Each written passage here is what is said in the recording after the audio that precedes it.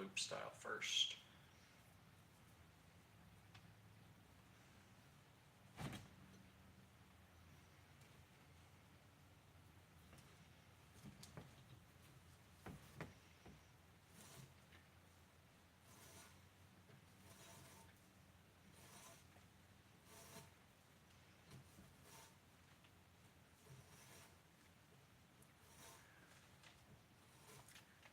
Oh yeah, how's it going, Chris? Got got everything polished up. Got the edges popped on that critter. Got the guards welded in place. Now I'm just working on getting the handle wrapped, and then after the handle is wrapped, I'm going to go ahead and start on the mustard patina. So it's going to be a bit of a long process. Doing these handles is always a long process. I think I'm going to do, I was going to do a loop knot style, but I think I'm going to do a weaver style wrap first, just to give it a solid base for everything else to grab. Thanks again. I saw the review. I appreciate that, man. I appreciate you giving me reviews on the stuff over there on Etsy. It's always nice when people are satisfied with the things that they get from me. Always tickles my fancy.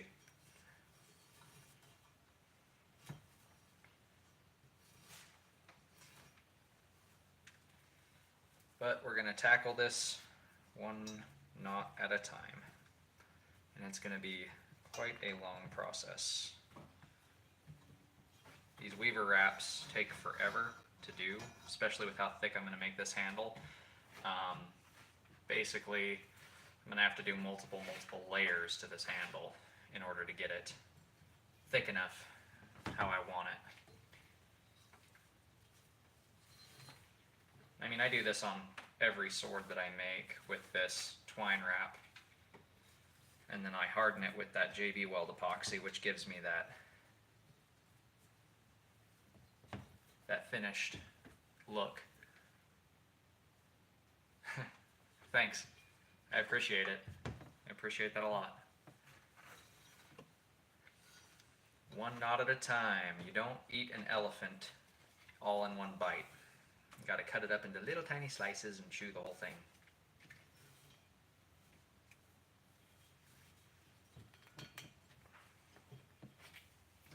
But basically, this wrap is what underlies everything else. And I kind of made it harder on myself than I had to with this design of guard that I chose, because when it cuts off one side, I have to run it back through before I'm able to tie the knot on the opposite end. So it makes it a little bit more of a time-consuming process.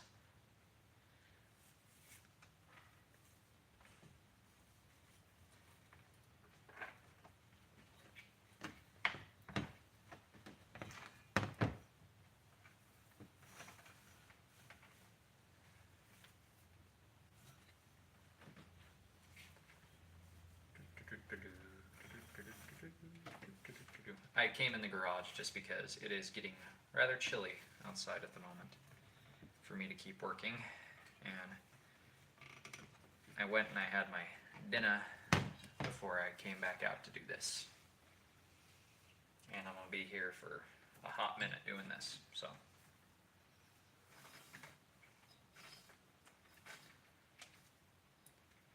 it seems like the live stream I did earlier is actually getting quite a few views, which is surprising to me, considering it's a very slow-paced version of what I usually do. So I'm thinking I'm just going to start doing live streams over here on YouTube instead of TikTok, because they don't get that many viewers while I'm live, but once they go live, they give me quite a lot more views for some reason.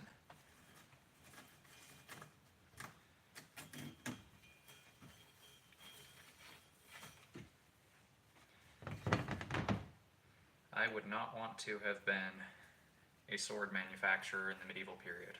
I can tell you that as a fact.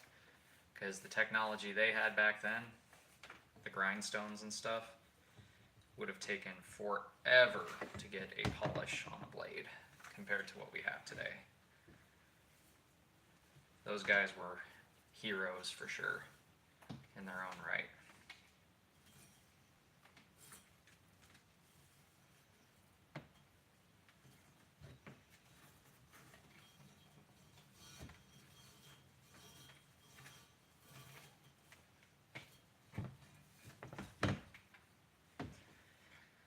And I'm going to make this handle rather bulky like I was saying earlier, because this sword is actually quite heavy. Let me actually see how much it weighs real quick. 3 pounds, 12 ounces. So, yeah, it's very heavy for such a small sword. But, I mean, that's what I was going for. Spartan weapons. I'd imagine those dudes did not worry about how heavy something was, and they'd prefer a heavier utility over a lighter one.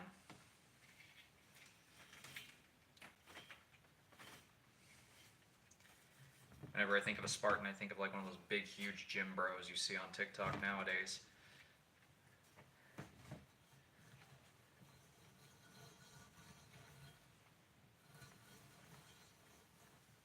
Oh, come on, don't do this to me. Don't get all tangled. There we go.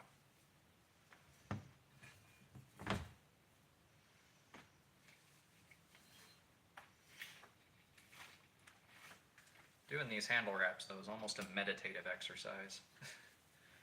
Got to really take your time with them. Do them layer by layer.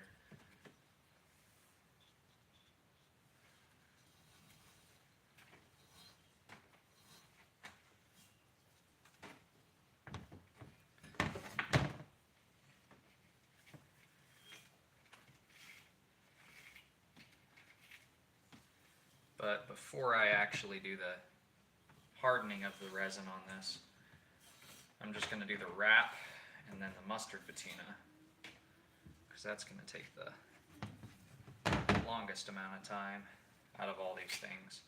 Is actually going to be the hardening of the resin, because that's a 24-hour resin epoxy. It's the JB Weld stuff, so it's solid as a rock when it finishes. It's like a rubber, how do I put it? Ends up rubberizing the twine. Makes it act kind of like a shock absorber, which with a sword like this is very necessary. Otherwise you're going to feel a lot of impact when you cut with it. So having this twine wrap and that rubberized twine at the top is going to be very nice.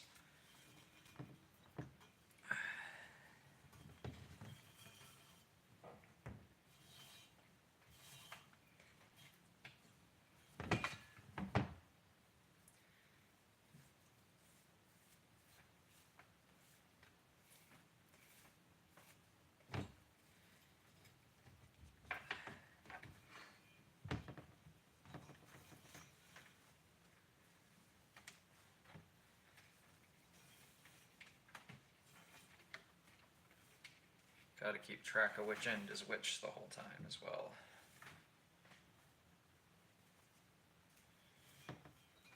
Because I have screwed that up before. And that gets rather frustrating in quite a big hurry.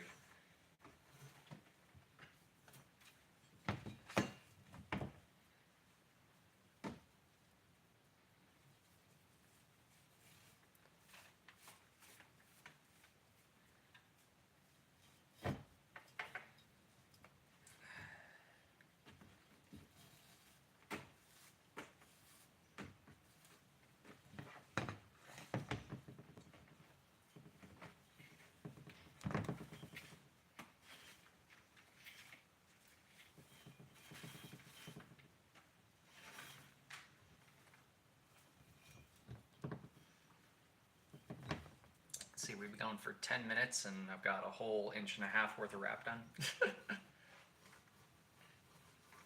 And that's just on the first pass.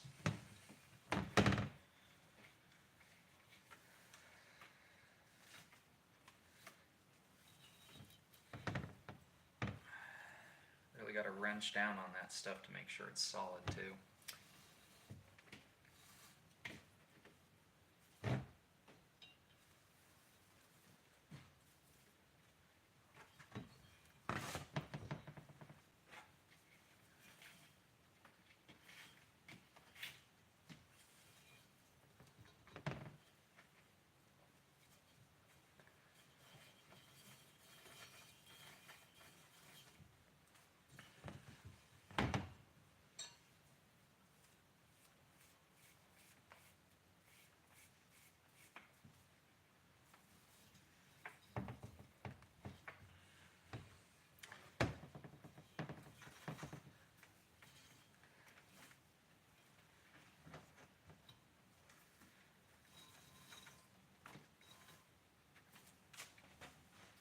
that?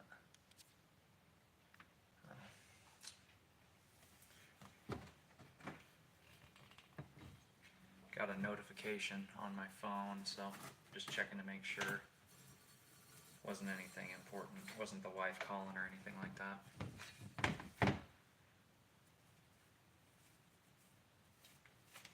Well, there's 9 people in here. That's more than was in here when I was forging these guards on this thing.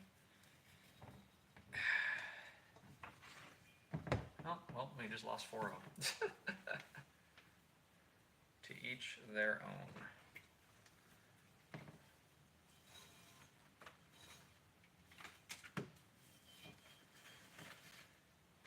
Not everybody wants to sit and watch a guy wrap twine on a sword tang for 2 hours. If anybody in the live wants to comment or anything like that, I am more than happy to chit chat while I do this. I am more than happy to answer questions.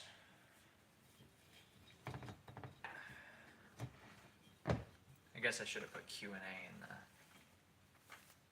the title. Encourage more people to chit chat, because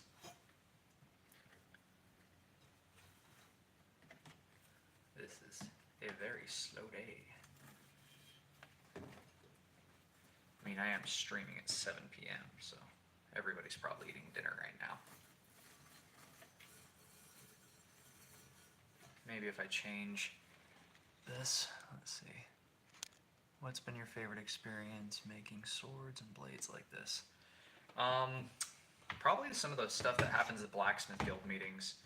I've had the good opportunity, the good luck, I should say, to meet a few guys that are very respected in the community. I've had the good fortune, I guess you could call it, to meet a gentleman by the name of Mark Asbury, who is the guy who quite literally wrote the book on the blacksmithing curriculum for the United States Blacksmithing Societies.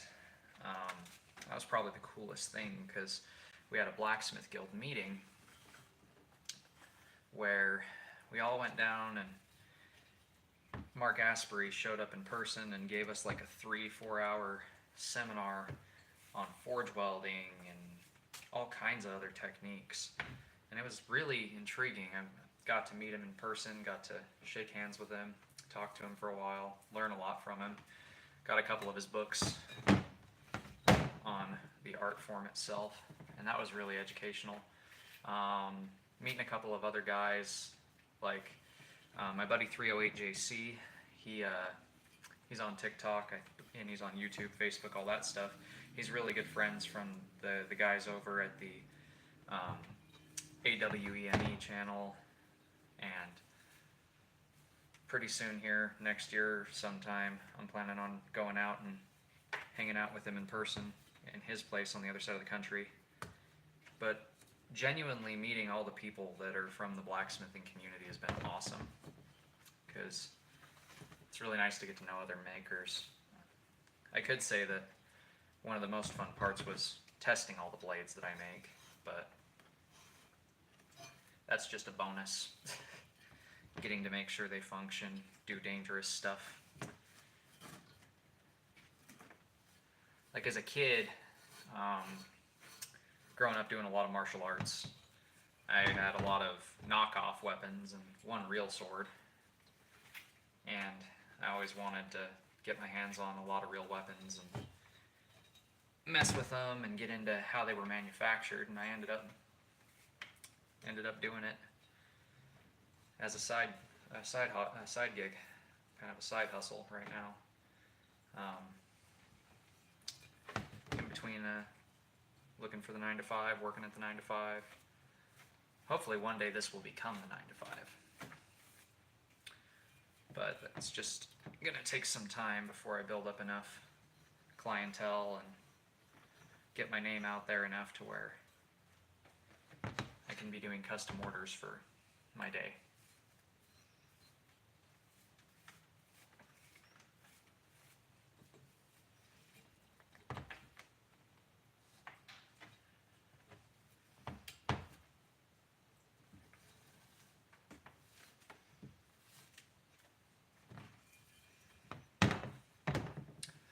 change the angle so people can see my face a little better. There we go. Hello. Hello, everybody. Being a little nonchalant here.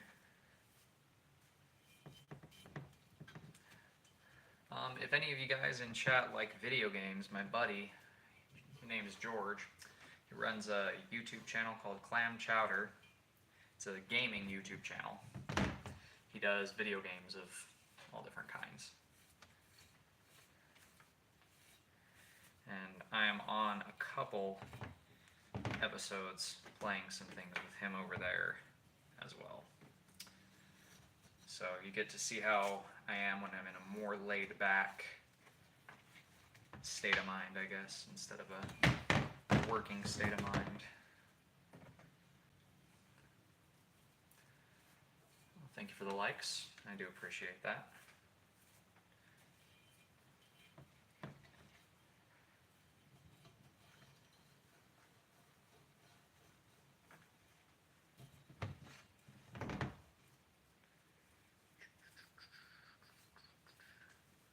What kind of games do you enjoy playing? I am a very big Dark Souls guy, but I do play, you know, first-person shooters, horror games. I'm not too particularly picky, to be honest.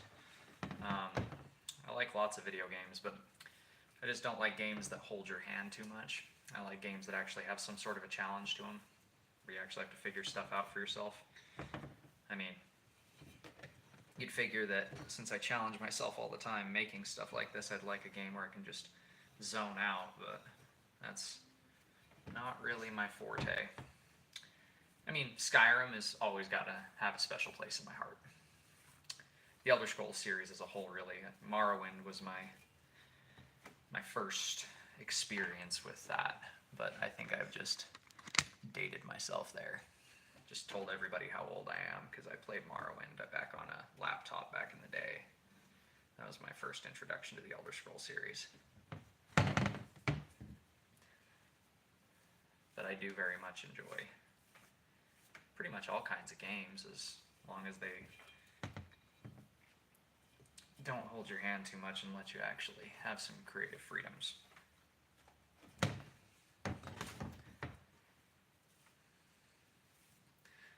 I'm thinking about getting into like a blacksmithing VR simulator that I saw.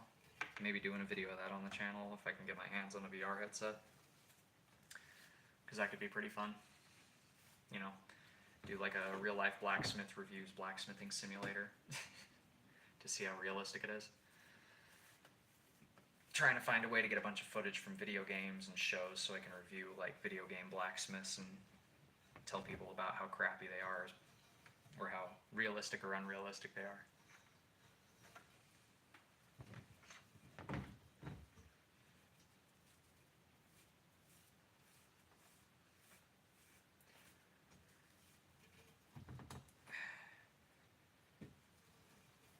We did just break 3,000 subscribers not long ago, which was awesome.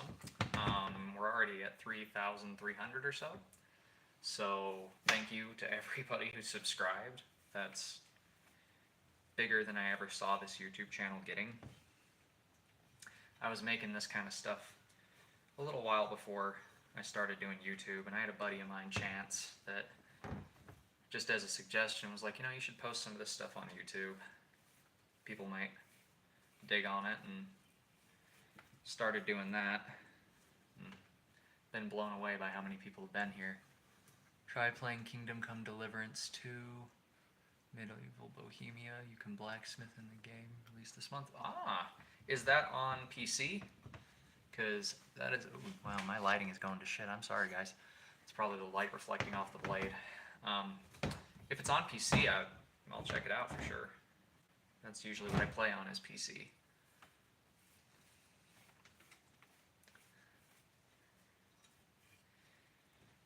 I've heard the name Kingdom Come Deliverance. Never actually played the first one, but I've heard of it.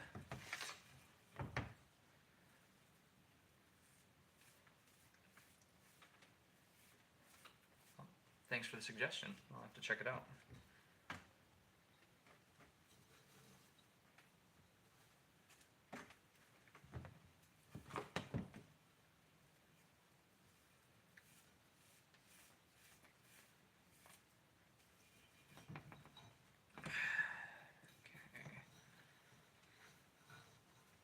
we're going to have to do at least 3 layers for this handle to get it big enough to make this comfortable to wield. Since again, this is a 3-pound sword. Really enjoy being able to see the process behind your products. It's not something you get these days. Yeah, that is true. A lot of guys don't really show their work. And I find that a lot of guys that don't show their work are guys that aren't actually doing the work.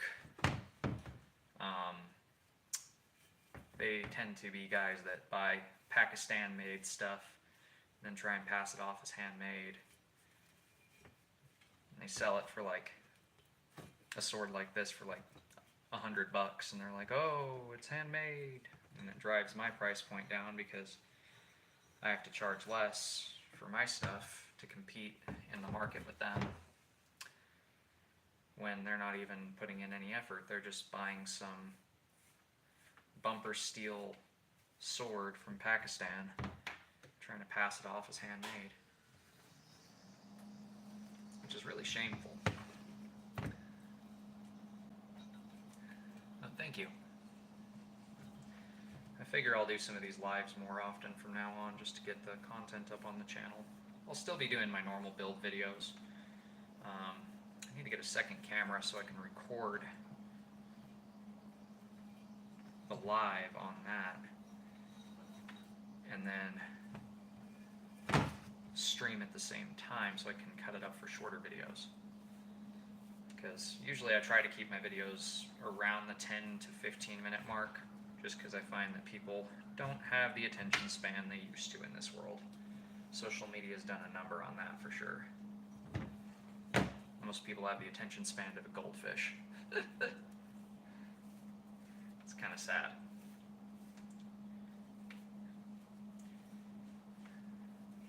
They're always searching for the next dopamine hit. Never sticking around long enough to learn something.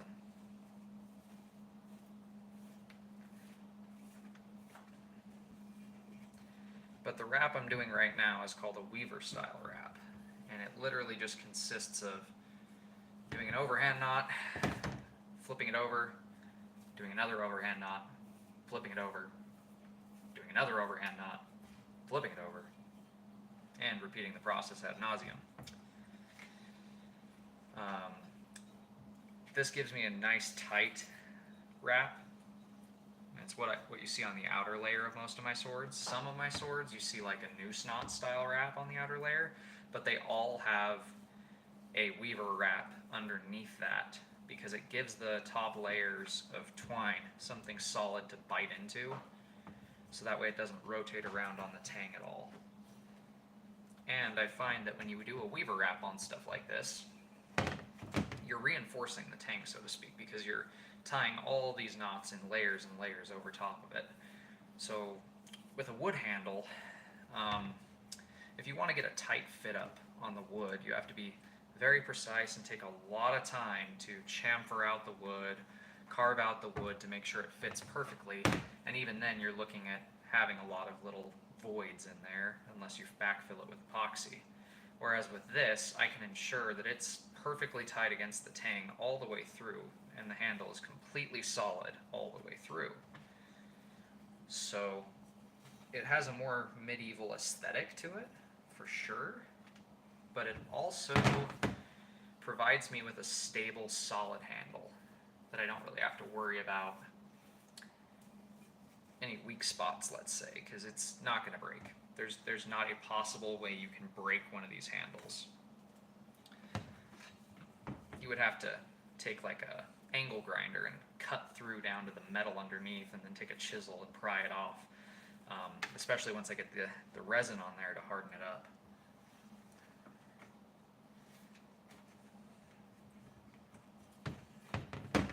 And once I put the resin on top of it, it's completely water resistant. Would it be possible to same method? Yeah, it definitely would.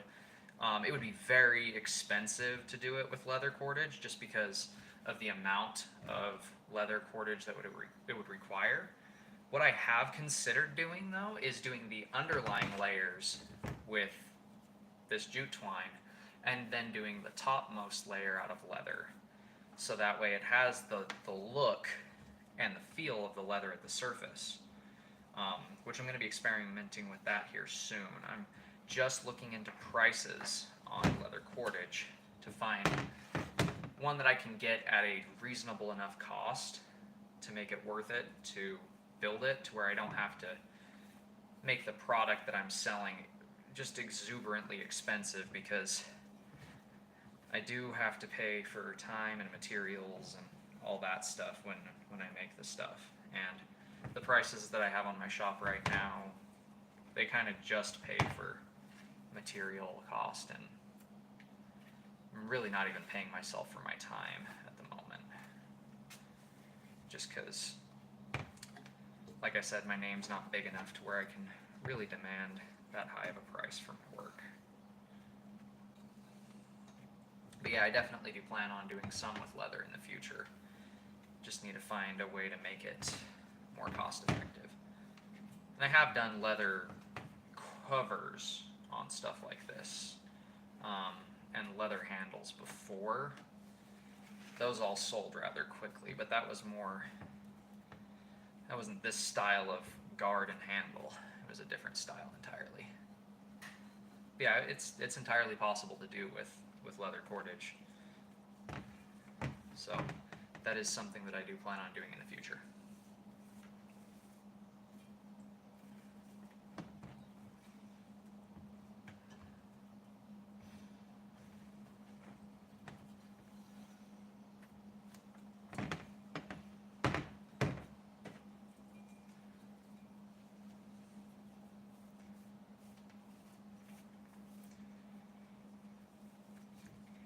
I figure doing the wrap first will weed out everybody who's got a short attention span before I do the mustard patina, because that's going to take a while. Oh yeah, for sure, man. Absolutely. I mean, I will be doing it in the future.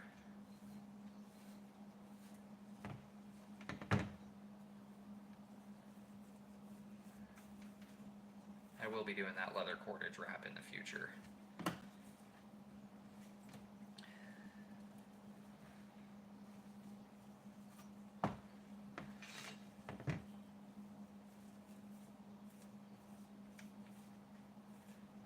But yeah, when I do the mustard patina, after I get all this cord wrap done, that's going to take a minute, because it takes roughly 15-20 minutes for the mustard to fully etch the steel before I actually am able to wipe it off and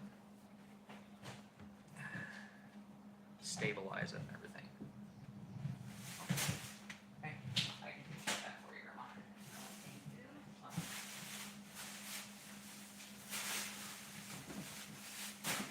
Oh, wrong one?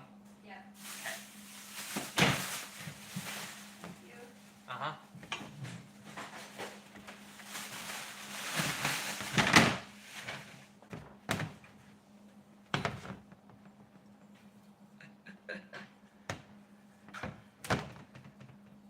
Had to help my grandmother with something real quick. Just coming out here with her walker to throw away the trash from her bedroom. Oh,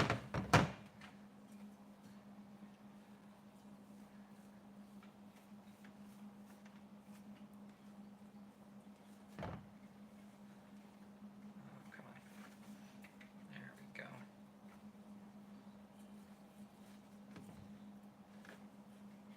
We're almost done with the first layer. Whoopee! Say that like it's anywhere near finished, which it is not.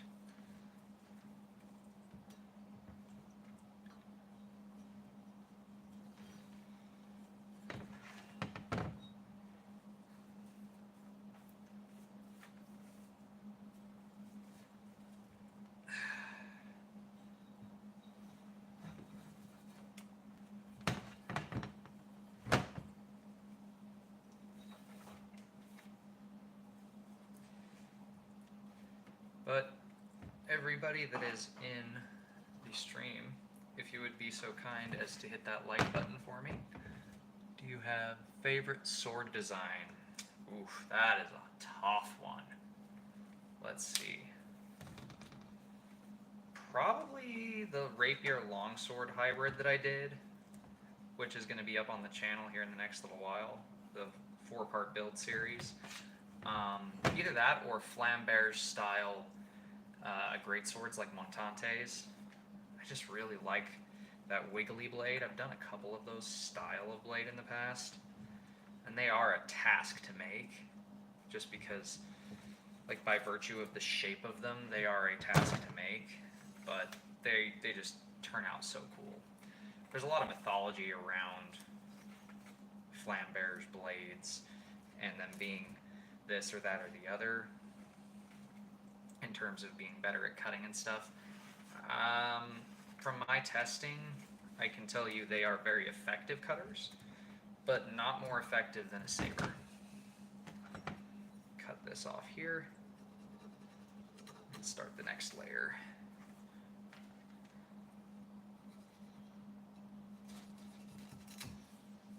So, put this aside.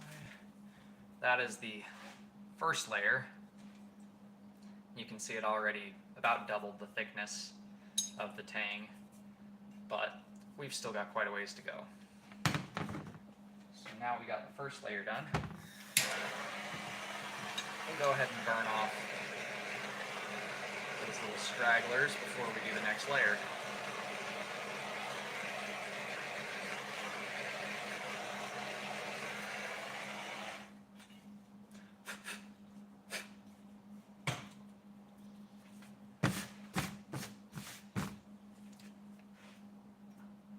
Still got a couple.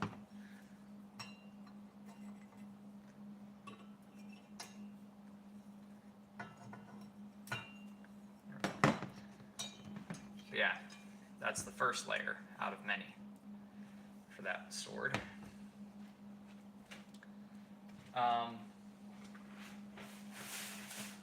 This is actually the rapier longsword hybrid right here. Here's a little sneak preview of the sword.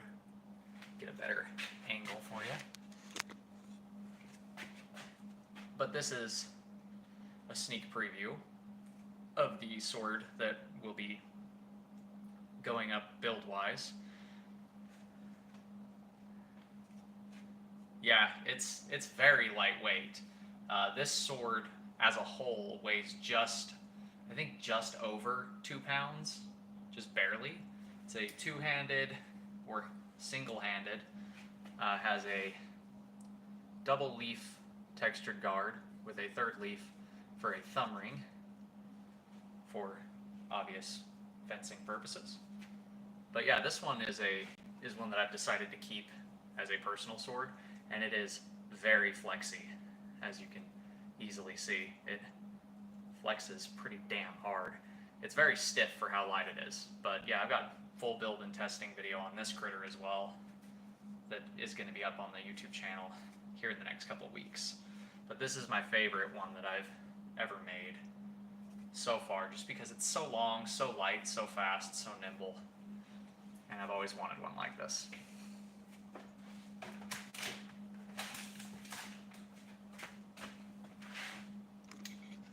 Thanks. Thank you. Yeah, that was quite a lot of work. I do have this that's going to be going up on the channel as well soon. Another huge Egyptian Khopesh style sword. Build and testing videos will be on the YouTube channel. It's got a little skull face on the pommel, and then some little medallions on the end of the wrap there. But this one will be going up on the Etsy store soon. That other one is my sword personally.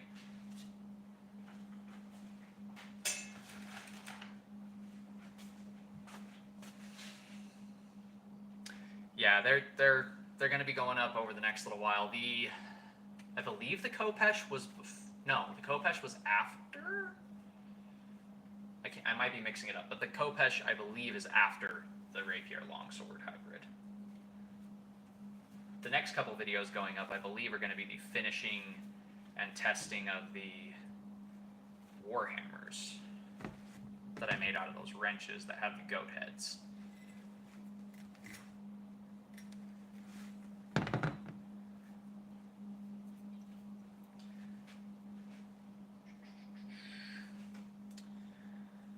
Now I can do the next layer, and we're just going to do, for this one, we're going to do a noose style wrap because it's a lot quicker now that we have a nice solid underpinning base, because this will help me get some bulk.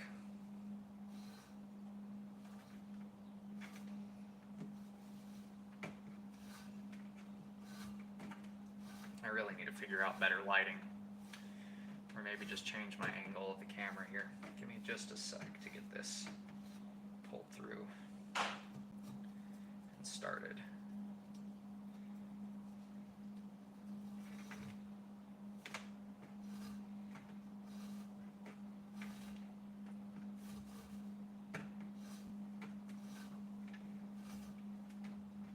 Goodness gracious. There we go. Okay, just hold that tight for now. Let's see if I can't adjust you guys to get you a better angle. As they say, it's all about the angle of the dangle or something like that. I don't know. I heard that somewhere before.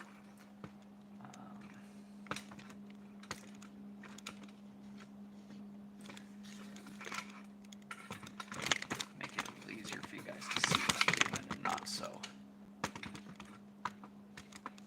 laggy. There we go. Not laggy, but not so crappy with the light. But yeah, for this kind of wrap, this one's a lot easier to do than the previous style I was doing. As opposed to the Weaver wrap, the noose style wrap is kind of a traditional paracord wrap that a lot of guys use for paracord. You make a loop, and then you wrap all the way around up to the top, and you leave one tail end through the bottom. Once you get to the top, you're going to stick the end of your rope through it, then pull that tight until it gets to the center, and it'll never come undone, and it'll stay nice and tight that way. So this helps me build up some mass.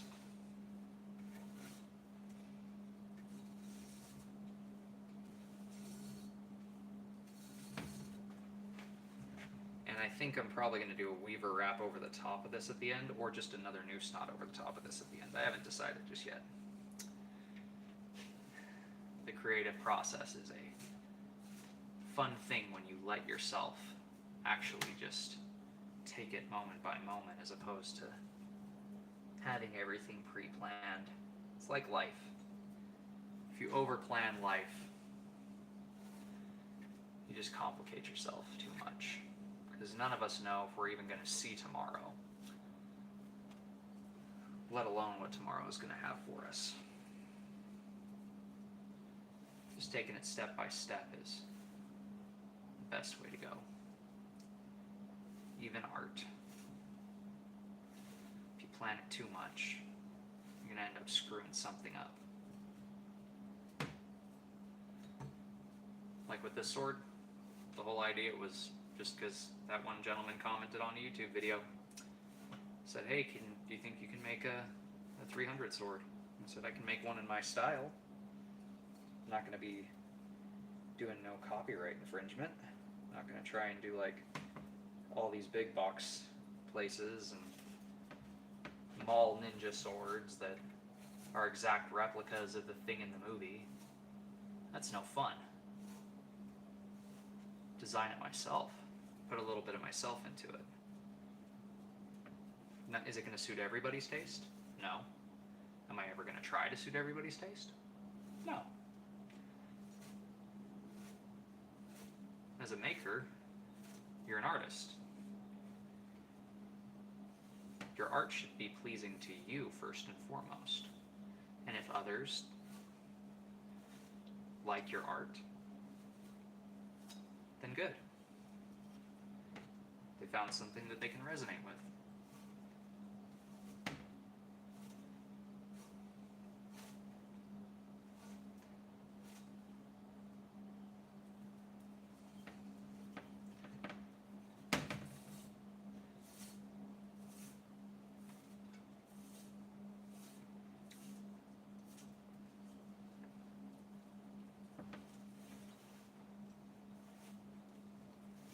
Don't mean to be getting so philosophical.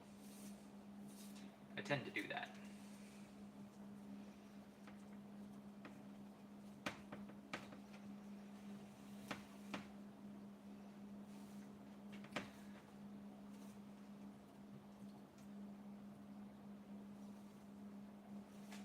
Thank you. I appreciate that. That's how I feel about it too. Is I don't want to imitate what somebody else has done to become successful. I don't want to play the game of, oh, I'm just like this guy, or I'm just like that guy, but better. No, I'm me. I'm myself. I'm not like anybody else, and that's the beauty of humans, is we are all individuals. We are all our own person.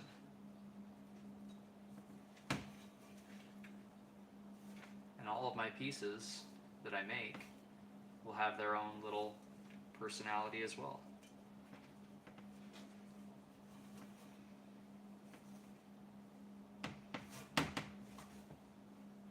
Kind of gives everything a life of its own.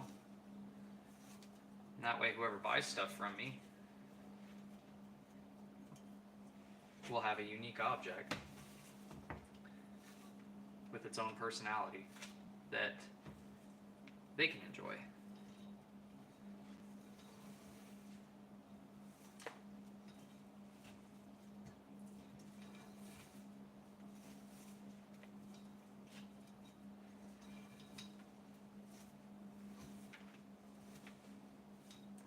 Oh, I've been going for 44 minutes already. Doesn't feel like it. But it does take some time to do these handles. That is for certain.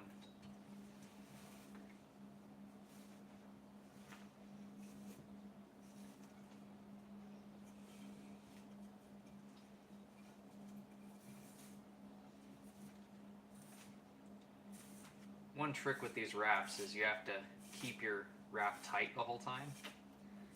Because if you let go of this sucker, it will unravel on you and upset you greatly.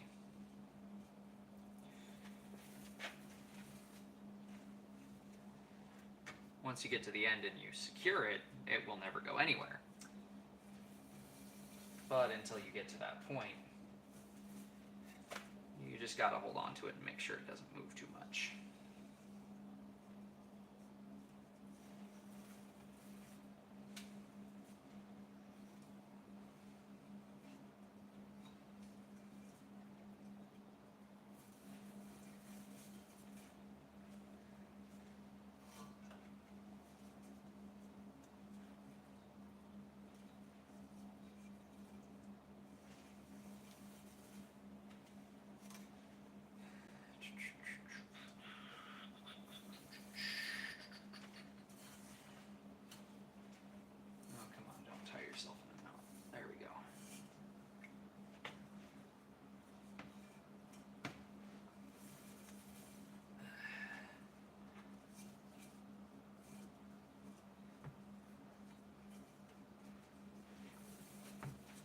Here in a second, I'll be up to the top of this. And then I'll be able to tie this one off. And then I'll be able to create a couple of spots to bolster this handle just to make it a little thicker for grippage purposes.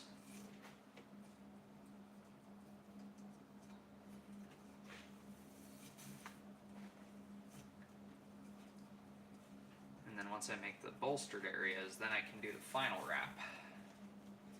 And then the handle will finally be a handle. Then we can do the mustard patina, which is probably the coolest part, as far as I'm concerned, because it's chemistry.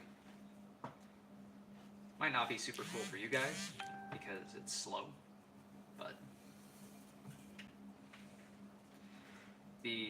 seeing the shiny steel turn into the patterned steel is always cool when you wipe it off, reveal it at the end.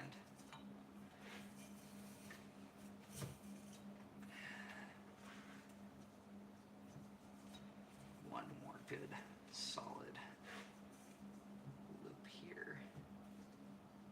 Make sure that it looks good on that side.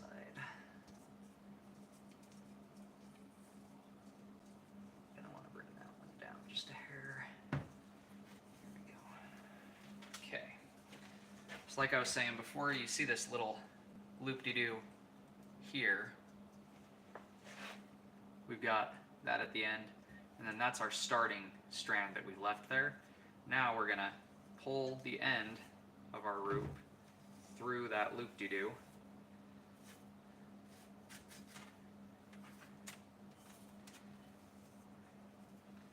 And then we grab the tag end here and pull it down inside. And then we can kind of adjust things a little bit. And now it's right down right here in the center.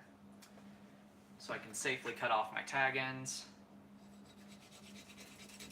with absolutely no worry about that coming undone. And it's a little chunkier.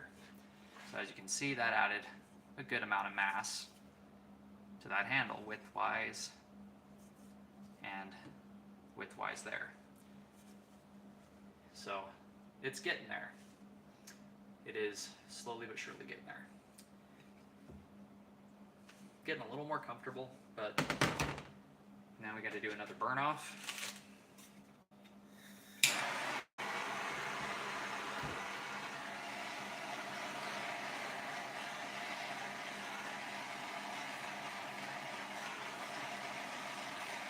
Get rid of all those little tags. You don't have to do that at each layer. You could just do it at the very end, but I'm a stickler for getting things the way I want them. Okay. Now we can use that leftover bit from what we had before. Find center on this.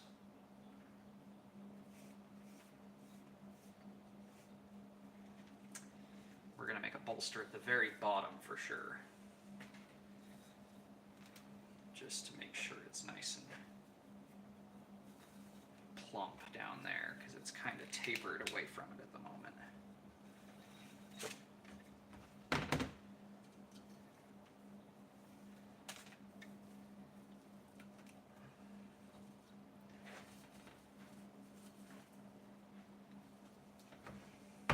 Any of you guys ever do art class in school? Do like crafts in school?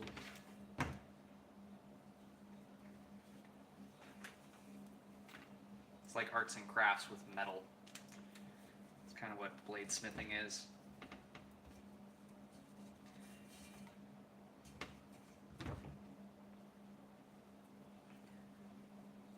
I think making my own tools has been a fun part of the journey too. You don't have the option to just go to Home Depot and pick up blacksmithing tools nowadays, so a lot of us blacksmiths have to make our own tools. I mean, you can buy them online, but they're hellaciously expensive for good quality ones. Personally, it's just better to get the knowledge and know how to make the tool yourself. Made everything from screwdrivers to hot cuts to hammers, all that kind of stuff. I do have several videos going up on my channel, speaking of, very shortly, of doing hammer builds. Taking hammers from yard cells and turning them into blacksmithing hammers to serve my purposes better.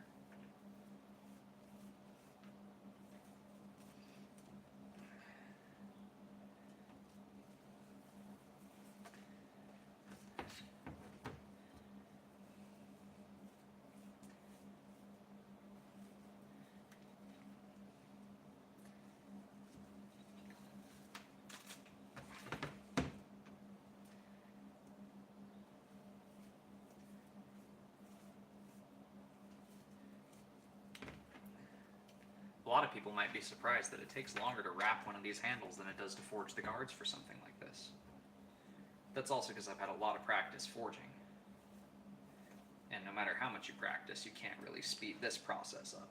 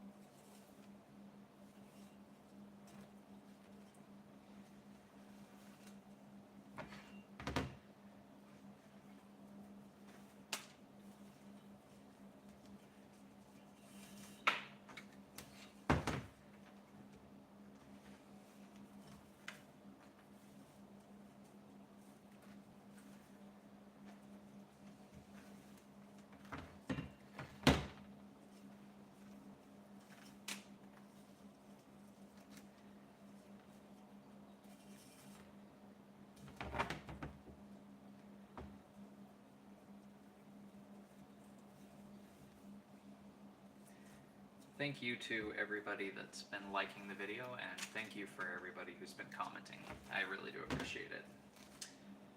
The likes help this reach more people, and the comments, I don't know what that does for reach, but it helps me, because I get bored doing live streams. Very, very bored. So having somebody to chit-chat with helps a lot. Helps pass the time and whatnot. Usually I do this inside and just talk to my wife and bug her while I'm doing it, but I figure I'll bug you guys instead because I'm just that nice.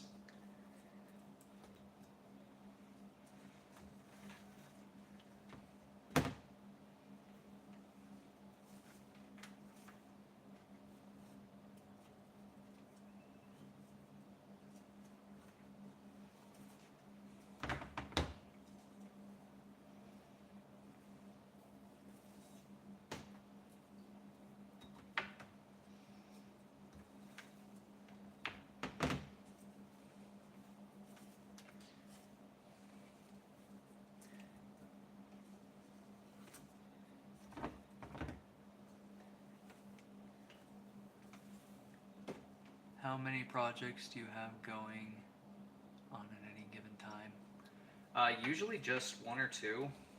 The videos take a long time to edit and to put up, so usually I'm working on one or two projects because I'm kind of a completionist. I like to finish what I start before I start something new, but sometimes I get ahead of myself and end up doing 2 or 3 projects, but most of the time I just got one project at a time going, so I can focus my whole attention towards that one project. But I do usually have 2 to 3 YouTube videos that I'm editing at any given time, because editing the footage is my least favorite part of doing YouTube. So that's one reason I've started live streaming too, is if the live streams start doing better than the regular videos, I might just start doing live streams instead of doing my normal videos, because I'm getting really fed up with how long it takes to edit forging footage. Like on a live stream, it may take me an hour to 2-3 hours to forge an object. That means I have 2-3 hours of footage to go through, which means another 2 to 3 hours I have to spend editing said footage down to a shorter video for people to watch. So if the live streaming starts doing better for me, I might just start doing that more.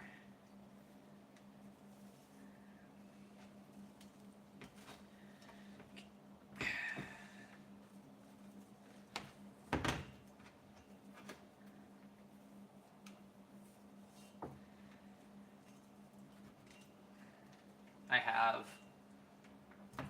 let's So including this sword, I've got 3 swords that are going to go up on the Etsy shop here shortly, because I tend to publish them onto my Etsy shop in batches. I've got this one, the Kopech that I showed you guys, a smaller needle-like short sword, and a saber sword with a coin-style pommel that are all going to be hitting the shop here soon. I just need to weigh them, measure them, figure out the price that I'm going to need for each one, all that kind of stuff. And then those will all be going up.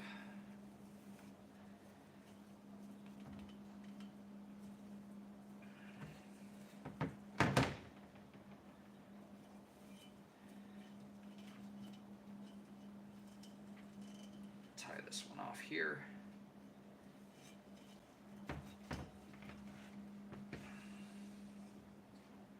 Cut that down. Definitely looking forward to seeing those go up. Awesome. Yeah, I try to, crap. I try to do them in batches. When I do upload them on Etsy, I try to do them in batches of like 2 or 3 items at a time, minimum. And that's not because of anything to do with Etsy, that's just for my own convenience. Because it does take quite a lot of time to get them all set up for an Etsy items thing, I guess you could call it. Because they want a lot of different stuff on the back end.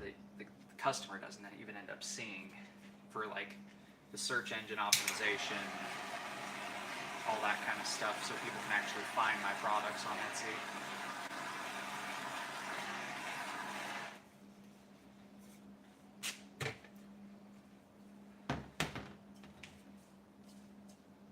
Make a big bolster right in the center, and then we'll do the overwrap.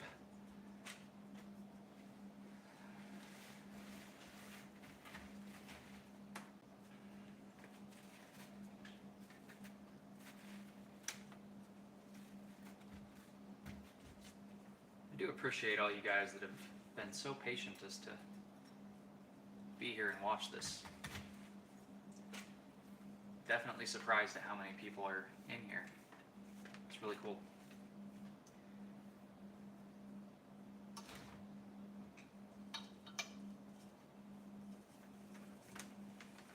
I'm gonna take my jacket off real quick. Getting rather toasty in here.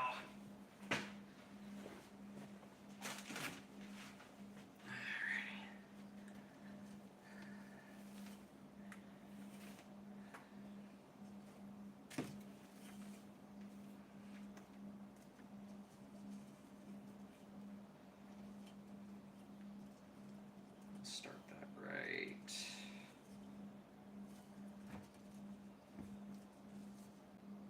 Right there.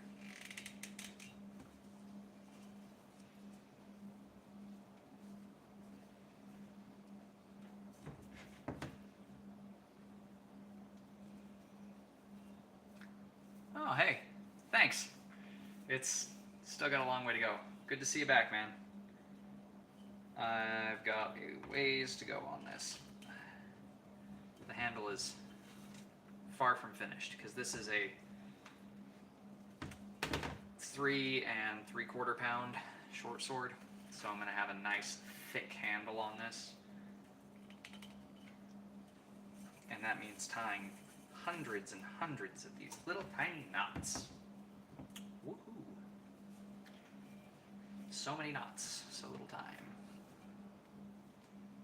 Knot tying makes the sword go round. I guess is one way you could put it.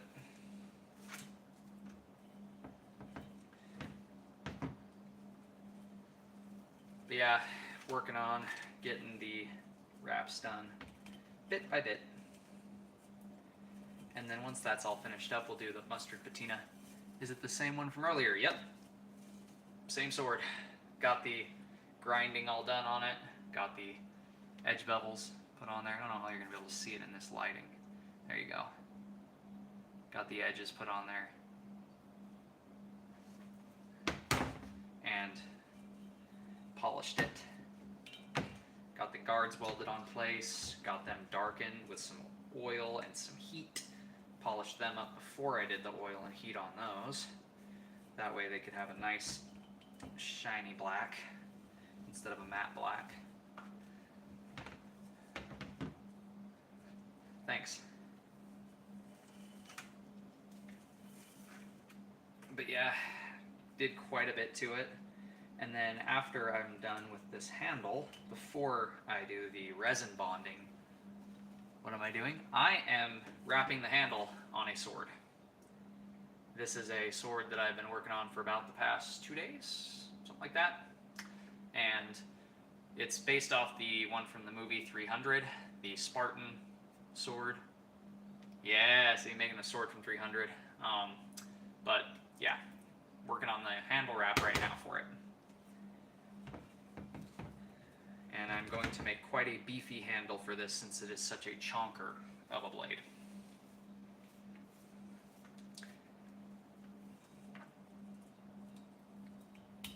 Let's just say I'm giving it love handles.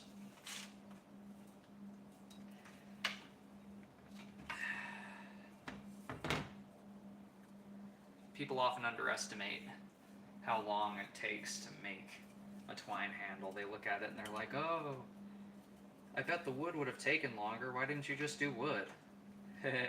No, the wood would not have taken longer, but wood has more of a likelihood to fail through abuse and time.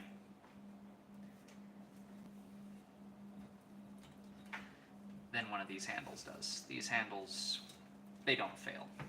They don't. You would have to break the sword in order to break the handle, and I don't see anybody doing that to this thing. This is basically going to be an axe that looks like a sword rather than a traditional sword. This blade's so thick it doesn't really have flex to it because it's so short and so thick. So if you were able to break this sword, you would have to do some seriously wrong stuff with it. Like, you would be doing things that swords were never meant to do in order to break this thing. Even more so this handle. Like, once this handle's done being wrapped with all the knots that I'm doing, yeah, the rope grip handles, especially starting off from like a sword tang and building it up, especially doing like this weaver style wrap, it takes some time. It takes some time, and you got to have some rough hands, because if you've got, desk jockey hands, you're gonna tear your hands up trying to wrap these things.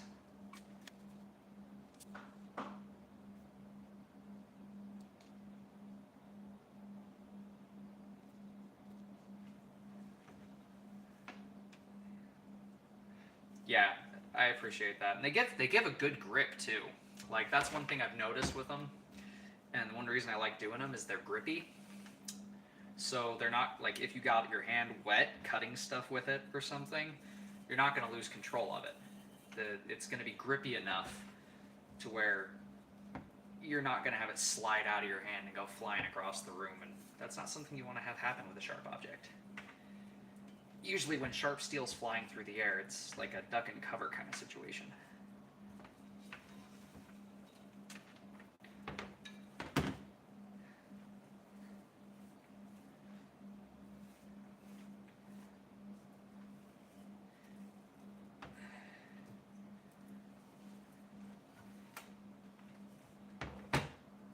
That's another thing about these kind of handles, like, is the contouring you can do.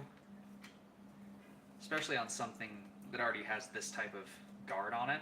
Like, if I was to do a wood handle on this, it would be very difficult to get the handle contoured and shaped and smooth the way I want it with these guards welded in place like this.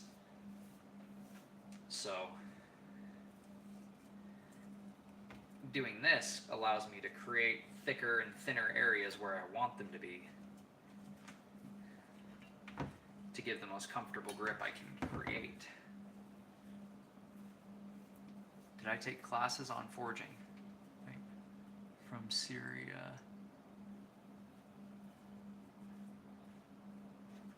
Well, I live in America. I've never been to Syria, so I wouldn't know. I don't pay much attention to international headlines, so not one to watch the news. But yeah, I mean, I've heard Damascus, Syria is rather beautiful, or I don't know. I've never been personally, but yeah, I did take classes on blacksmithing. I'm part of a local blacksmithing guild, the Great Basin Blacksmith Guild here in Utah, and there's a lot of really smart, really talented smiths here. We have a lot of journeyman smiths and a lot of we have a couple of master smiths that are in the guild that are internationally certified. We've had guys come from around the world to teach at some of our meetings. So I've learned a lot from those guys. Most of the stuff I know, I learned from the guys in the guild and from the University of YouTube. And trial and error. Trial and error is a big teacher.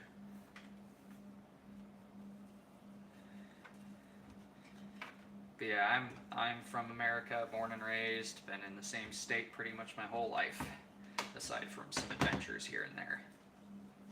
Most of them martial arts tournament related and family related.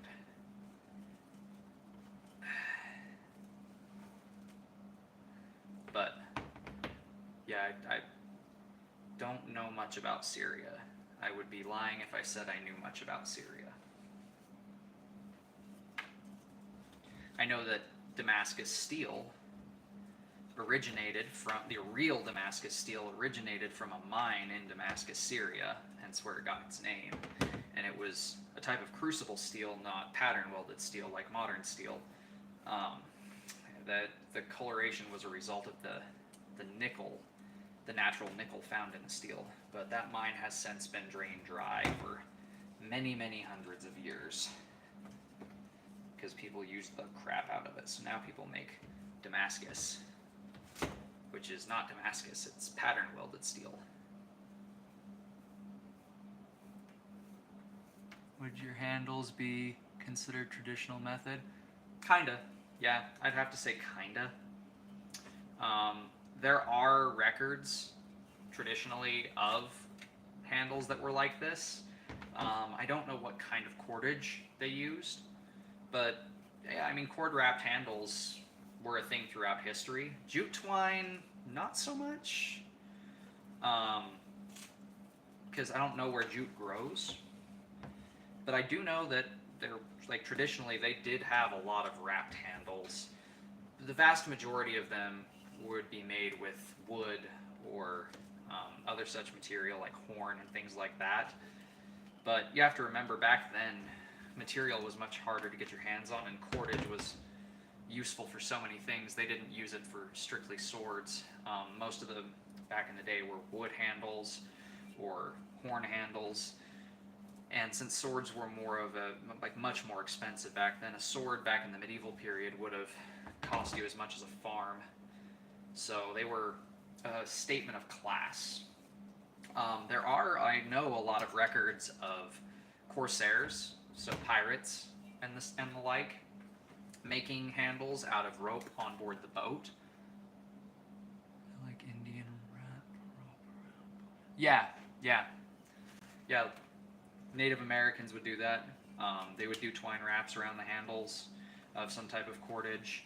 I think they probably used sassel because it was really commonly available in America. But as I was saying, I do know about, like, corsairs, like pirates, state-funded pirates.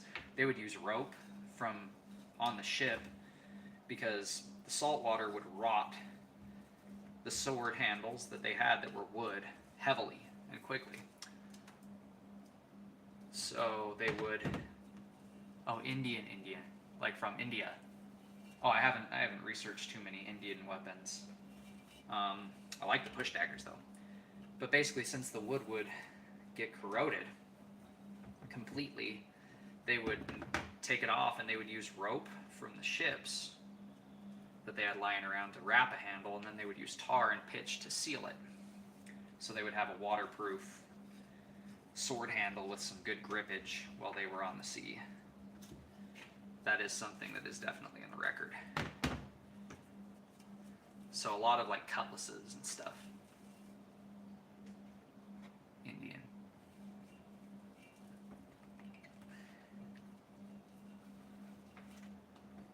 So like Indian from India or Indian from like Native American Indian. I'm kind of getting lost.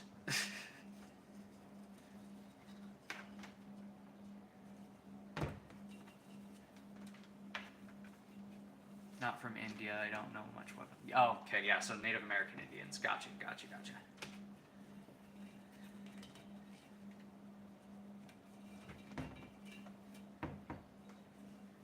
Yeah, they did. They probably used sassil twine, because sassil is really common around the States, and it's something that has been used in rope manufacture forever.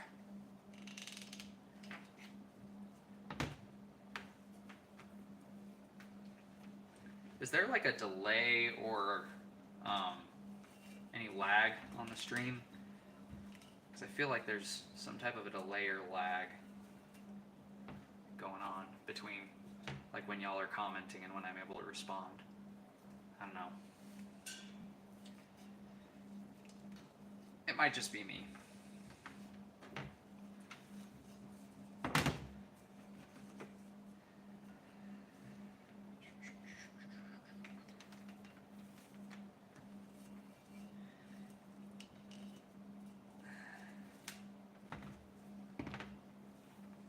Sometimes, but it's not bad. Okay, cool. Good. That is one of my key worries, is that I'm just sitting here talking into space half the time because of the lag. I'm glad y'all can actually hear me. Like every few minutes. Yeah, it's probably my network. My Wi-Fi isn't the greatest. But it gets the job done.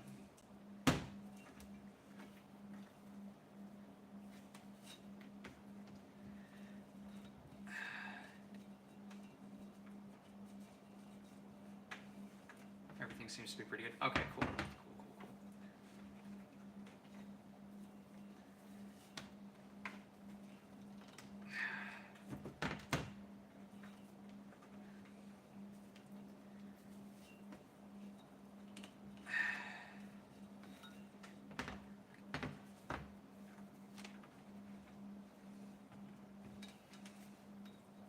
So I'm genuinely curious, now that I actually have a chance to talk to some of you guys that are a core part of my audience.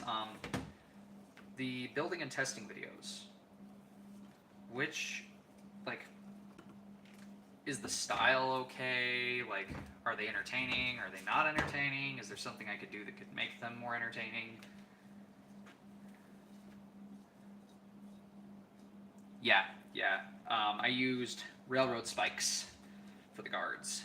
So they are mild steel railroad spikes for the guards, and then the blade is leaf spring from a F-250 truck. So it is 5160 spring steel.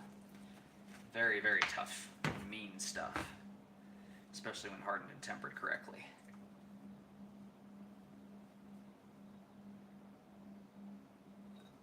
Okay, cool. I try to keep them kind of short and concise, to the point, because if I just left them as is, like if I didn't edit the footage, you guys would just be getting like 2-3 hour videos of me just doing nothing but hammering on something that doesn't look like it's moving very much in most cases. Like this blade took about 3 hours to forge out, somewhere around that mark.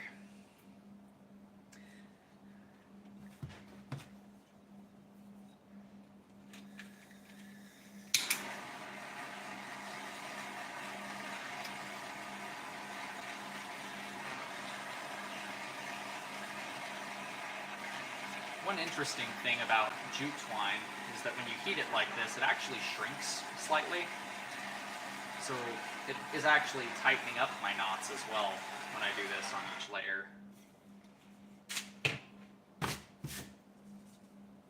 Now we're getting somewhere.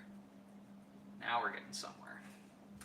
So I went and bolstered the center and took it to where it's not tapered as much down here. It's almost like a Coke bottle or coffin shaped handle you see on some Bowie knives. I should make videos on making them. Oh, I have videos on making all kinds of stuff. I have full-length forge videos up on all of... Yeah, I do. I have them all up there. They post twice a week. So on Fridays and Sundays, a long form video goes up. So that gives me time to edit them, schedule things, plan them out. Usually I don't do live streams. The live streams are actually a pretty new thing for me. I am planning on doing them more often. But yeah, I have tons of videos from making tools to weapons to bows and all kinds of stuff. Yeah, I like to show the testing just because I feel like it reassures people that I'm not just making something and then claiming it's going to perform. I show how it actually performs. Like this is not going to be like a laser beam cutter like the sabers and stuff like that.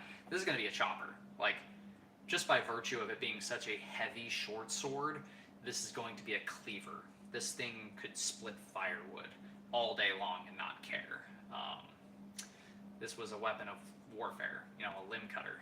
So it is going to be interesting to see how it cuts on jugs and stuff. I bet I could still split rings off of jugs with it once I sharpen it up, but yeah, exactly like an axe. I mean, if you look at the profile of that, if you see how it swells, it gets very broad up through here.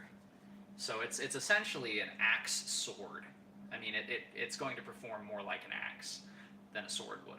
Once it's sharpened, it'll still cut. It'll still chop bottles. It'll still chop gallon jugs and all that kind of stuff with ease. It's just not going to like fly through it and leave it sitting in one place like the elven sword that Chris got from me. That thing's a laser beam. That's such a light, thin sword. It just flies through stuff. Yeah. It does have a primary and secondary bevel on this blade. It's actually really interesting because this is more of a traditional sword blade. You can see how much thinner it is down here than up here just by the shape of, just by looking at that. It's much thinner through here. So this is going to perform much more like your traditional short sword, whereas this is going to perform much more like an axe. This has a convex grind. You can kind of see it on camera a little bit, but you can see that tapers down like a hook.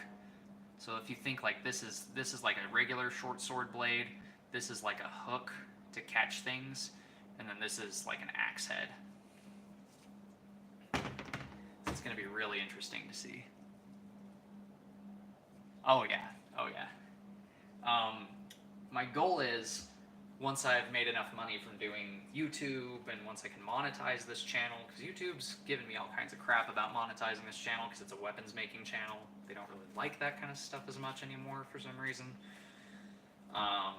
But once I can get enough money flowing in to where I can do it, I'm going to buy some ballistics gel dummies, like the heads and stuff, and try and do some testing with stuff like this on those, because that, I know as a fact, would get a lot of views. And that's not even about getting the views, that's just because I want to have fun. If we're being completely honest, that just seems like a good time.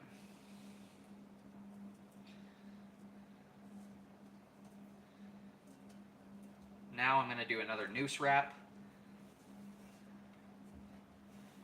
And then this handle should be pretty comfy at that point with that bolster that I put in there. So we'll see how that goes. So it does that. It's just like I don't know if you guys follow any gun YouTubers, but like a lot of the gun YouTubers are struggling hard. They do the same thing to us guys that make blades to a lesser extent, but way more to the guys that do firearms related content. YouTube has a fetish for pissing off people that do firearms content, and that's not a smart idea. But they do the same thing to us on a lesser scale. They put all kinds of restrictions on things for me. Like when I go into YouTube Studio, on the back end of my videos, a lot of the time I see, oh, this is age restricted, oh, that's age restricted, and it's like, well, I said not made for kids to begin with, but it's like restricting some of my content to 21 plus.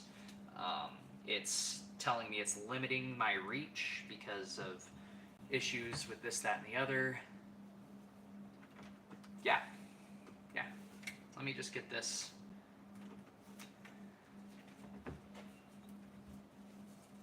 So here is, so these are the knuckles that are on there. It's got like teeth with cross wedge knuckles.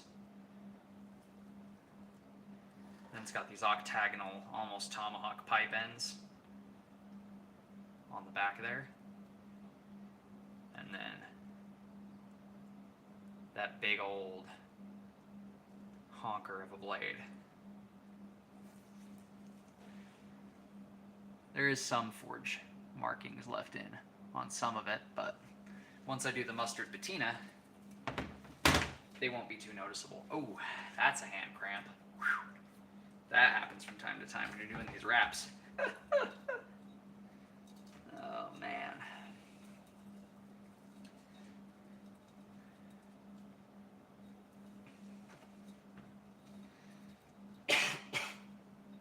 But yeah.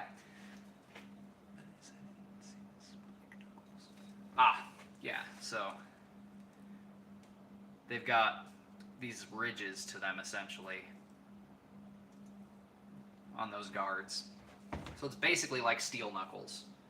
Like if you would think of like brass knuckles for self-defense, but like steel knuckles.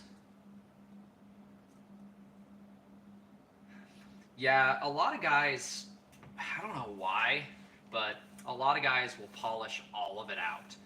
And I think it's because they're so used to the modern factory, you know, everything's perfectly machined and stuff, but I'm not a machinist, I'm a bladesmith. Historically speaking, blades would not be perfectly polished unless they were for like a king. Most of the time they wouldn't even have the forge scale knocked off of all of them. So I like to leave some of that in.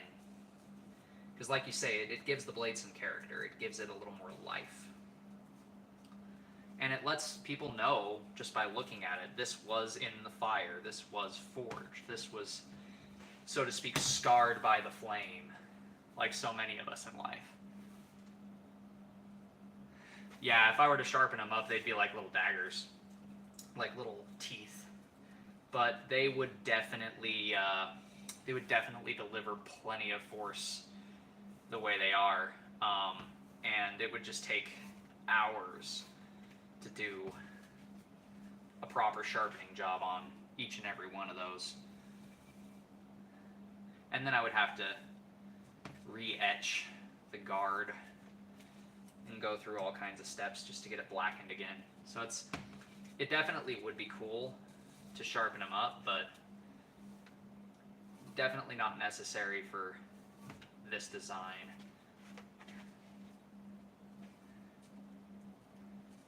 I like the idea. I like the way your brain works, though. I do like the way your brain works.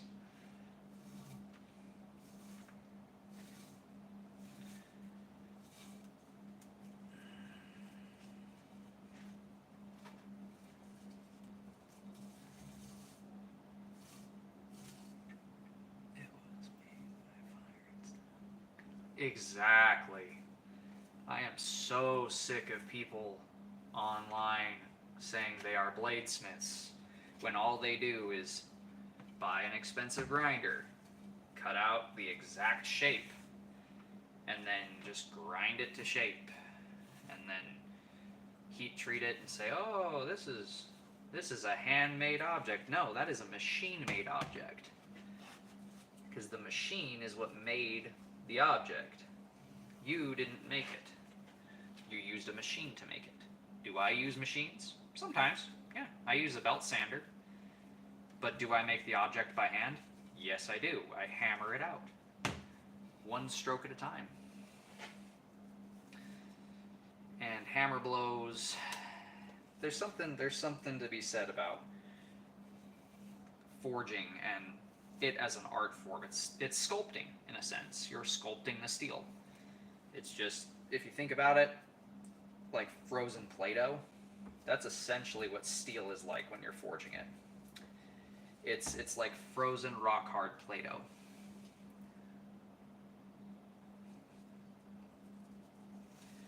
Yeah, personally, I don't really like machine-made stuff. It's overrated. There's no, like we were talking about before, there's no character to it. And guys, I've had guys get defensive about it when I talk to them that actually do stock removal, and they're like, well, it's the most cost-effective way to do it to run a business. And I'm like, yeah, if you're in it for the money. I'm not in it for the money, I'm in it for the love of the art. But I guess I'm just built a little different.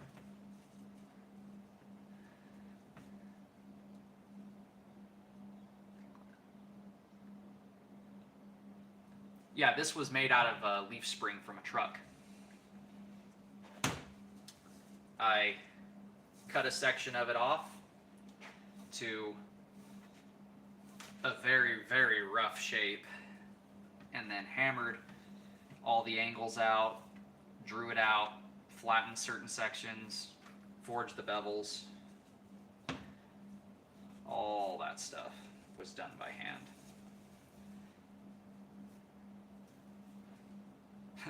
Thanks.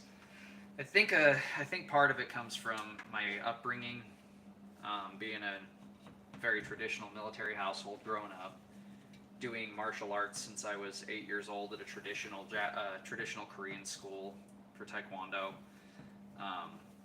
Definitely instilled a lot of values in me when it comes to that kind of stuff. Like traditional Taekwondo, not new school Taekwondo like everybody does, which is not Taekwondo. It's deflated kickboxing with way too many rules. It's like playing tag with your feet. Real Taekwondo was a warfare time art. It was a martial art that was used in war, and as a result, there were tenets that were to be followed in a studio. There were certain respects to be paid, and it was viewed as an art form rather than just a combat style. You were learning to be aggressive, but you were also learning to be elegant, to be fluid, to be light and on your feet, to be fast. And I apply a lot of the same mentality that I picked up in martial arts to what I do today with the bladesmithing stuff. I feel like if I can't have integrity and pride in my work, if I can't be proud to be seen doing it, if I can't be proud of the finished product, if it's not going to function when push comes to shove, then what was the point?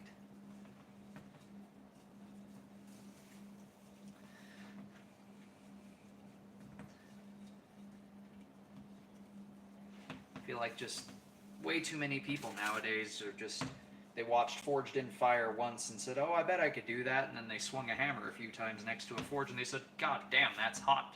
Get me away from that thing, let me go buy a grinder instead. Just shows they have no fortitude.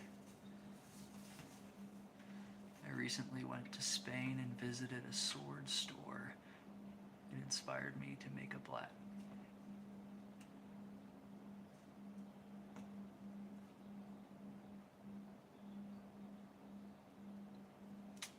Awesome, man. That's really cool. I've always wanted to go to Europe.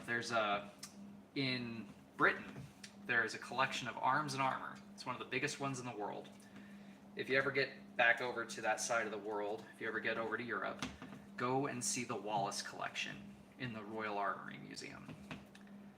It is, from what I have heard, incredible.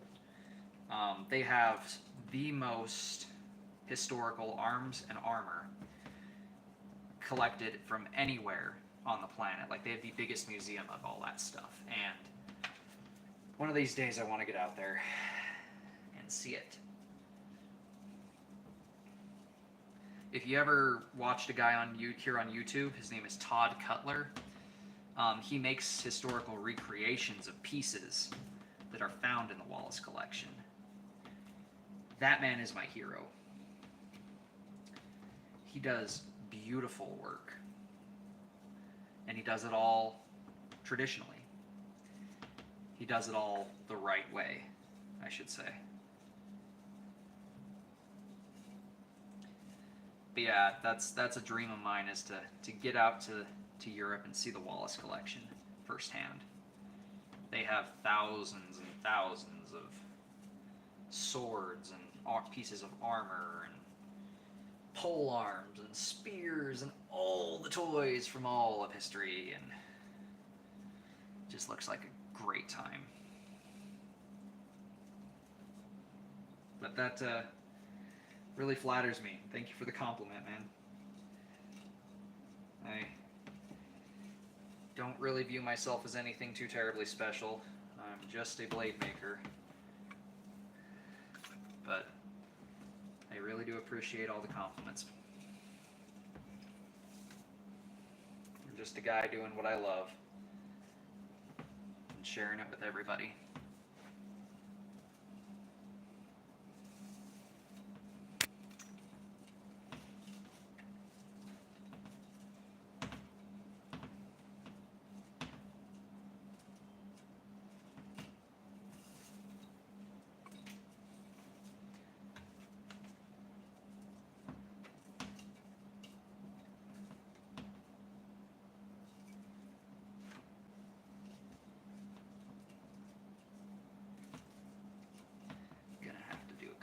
Here. That transition point a little more comfortable.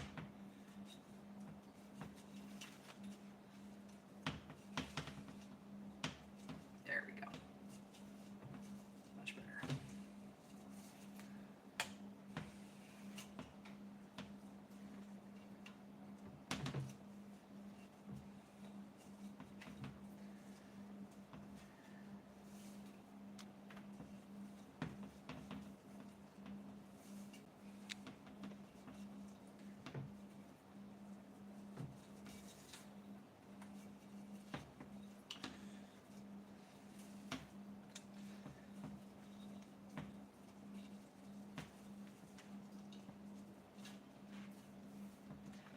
Almost done with the handle finally.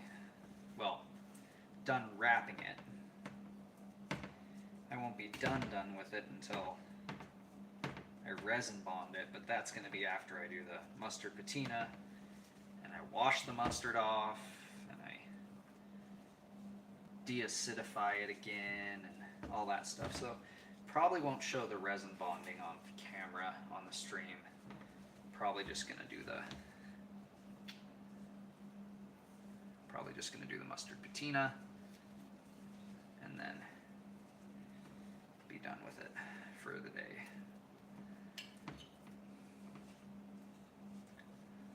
Crazy to see how the handle has come along. Thanks. Yeah, it's been an hour 36. I appreciate you sharing your journey. I'd love to visit Britain too. I am Scottish blood. Ah, nice. Yeah, I want to go there someday. I am originally, my family came over from France, but long before the French ancestry, my family has Viking blood, and that is, there we go. That is one place I always wanted to see was Scandinavia. It's a beautiful, beautiful country out there.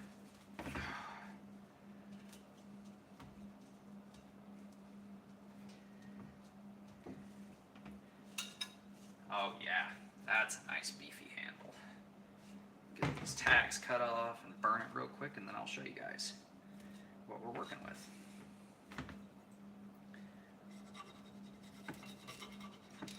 Need to sharpen up this railroad spike knife.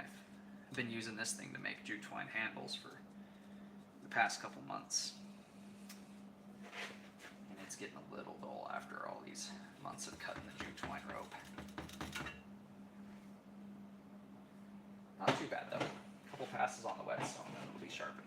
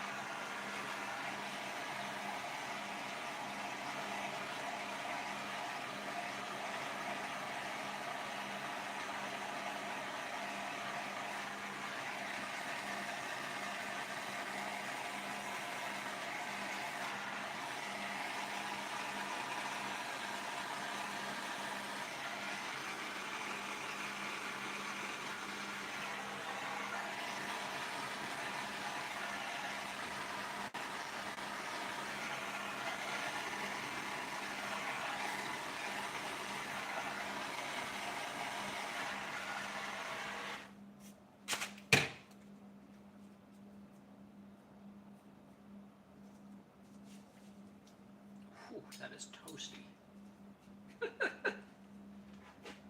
Thanks. So, let's get a better shot.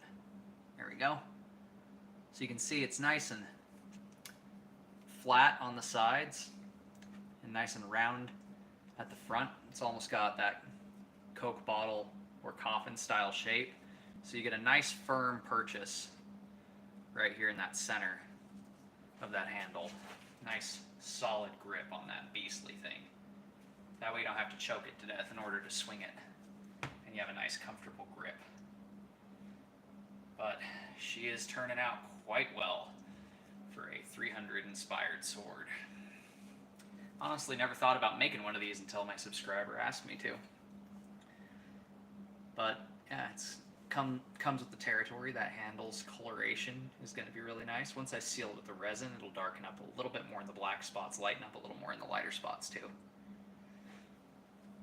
So now I'm going to run inside real fast and grab what I need for the mustard patina, which is just some regular yellow mustard, and some towels. And I will be right back to you guys once I've done that so we can start working on the patina. So I'm going to set this right here for a moment, and I will return in just a few seconds with the mustard.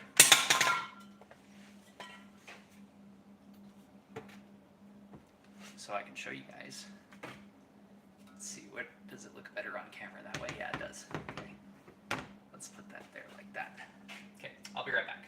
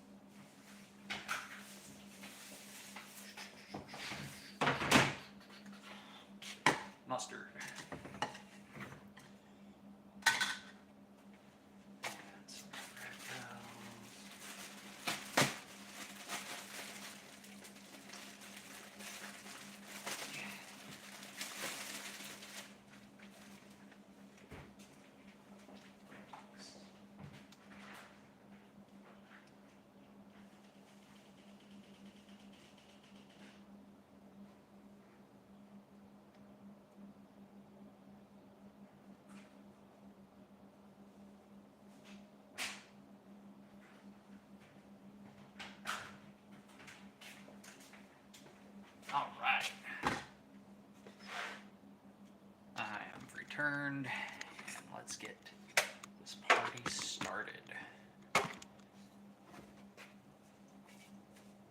It's here for a second.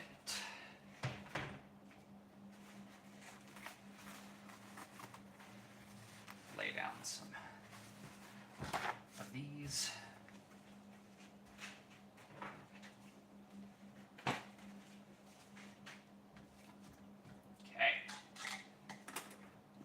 Now you might wonder why I have Windex over here. This is to neutralize the blade after I use the mustard. And you can just use any brand yellow mustard for this operation. The vinegar in the mustard will patina the blade, hence the name A mustard patina. And I hate the smell of mustard.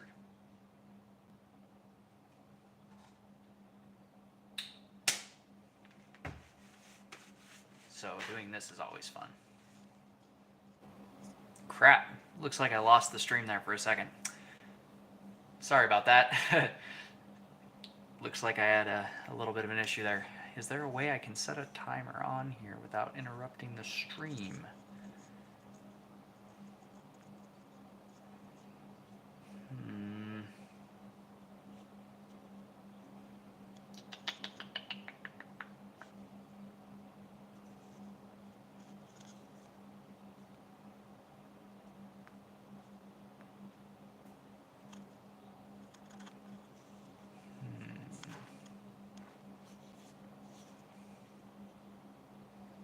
Nope, that ain't it.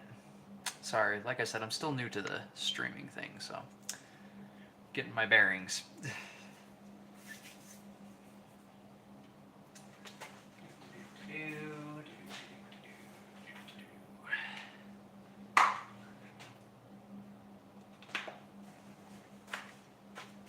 Okay, what we're gonna do in that, since I don't know how to set a timer without interrupting the stream, is I'm going to get the mustard patina started.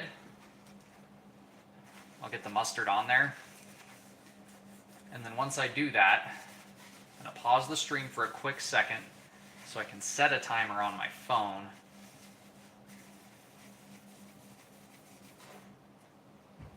And you want to make sure that you don't have like any oils or anything on the blade before you do your mustard patina, or else it will interfere with the patina.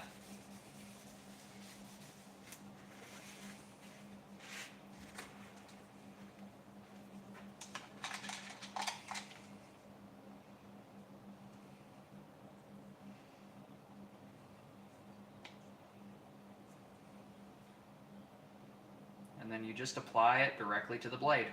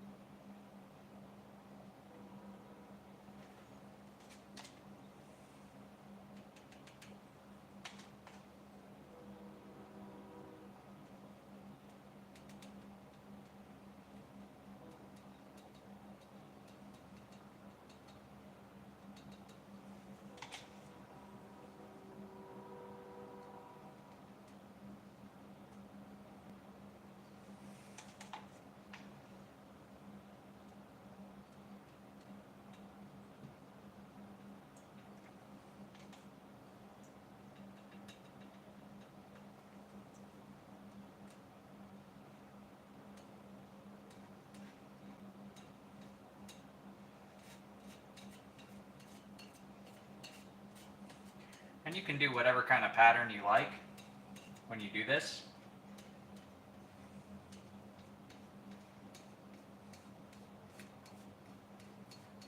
And the patterns do not always turn out as expected. That is one thing I want to emphasize. That's really cool about this process, actually. Is because in order for this patina to actually take place, the oxygen has to react with the acids found in the blade.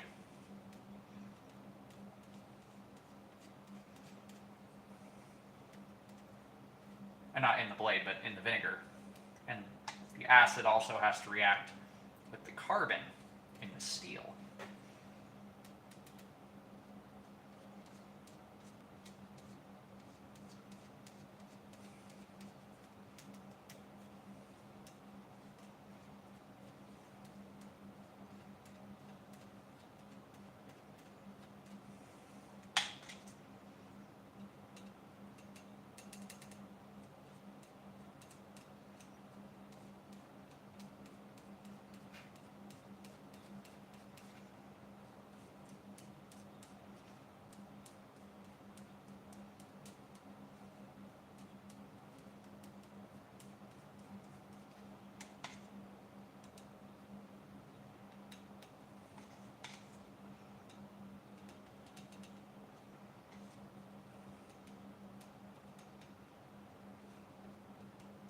What this also means is that the higher carbon your steel is, the better results you're going to get.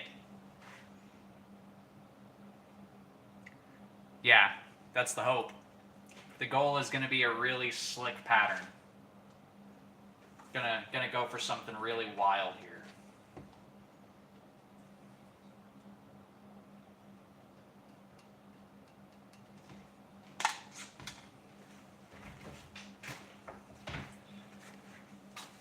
So now, let's see if I can go and set a timer without disturbing the stream. Okay, so I got the timer set, 15 minutes. So in 15 minutes, we'll go ahead and we will, missed a spot right there.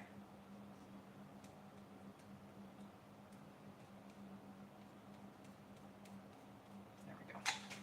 So in 15 minutes, we'll go ahead and wipe this down, hit it with the Windex, and then we'll see what the pattern looks like, and then we'll try and get that same pattern or a similar pattern on the other side of the blade. That way we have a dual pattern that is still similar enough on this blade where it's going to look like it's identical patterns. We don't want to have two different distinct patterns on the blade. We want the patterns to be roughly same, or at least similar.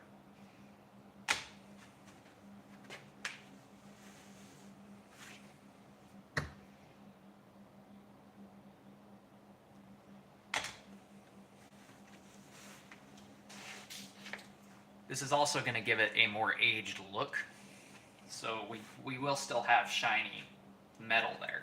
It's not going to be dark like this. The vinegar isn't enough of a strong acid to where it's going to really blacken the steel. It's just going to give it some coloration, some texture, so to speak. So while that's going for the next 15 minutes, I'm going to put my sweater on. Now that I'm not doing that twine wrap, I'm cooling down again. And we can chit-chat if you guys have any questions, or if you guys want to chit-chat about anything for the next 15 minutes before we finish this side up and then move on to the other side. You guys have any questions about the process, or why vinegar, why, what would it be called? Why a mustard patina and not something else? All that kind of stuff. Be more than happy to answer them.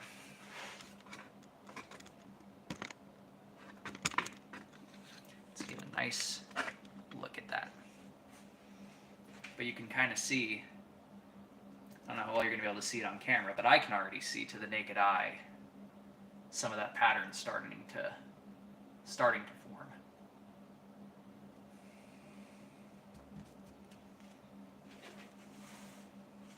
What made you decide to sell? What made me decide to sell? I've always wanted to do this full time. I know it's kind of a long shot dream, but I guess there's some part of me that does want to do this for a living, enough to where I feel comfortable sharing my passion. I've always been a very artistic kind of guy, very martial arts oriented, and I've wanted to be able to show the world the stuff that I do.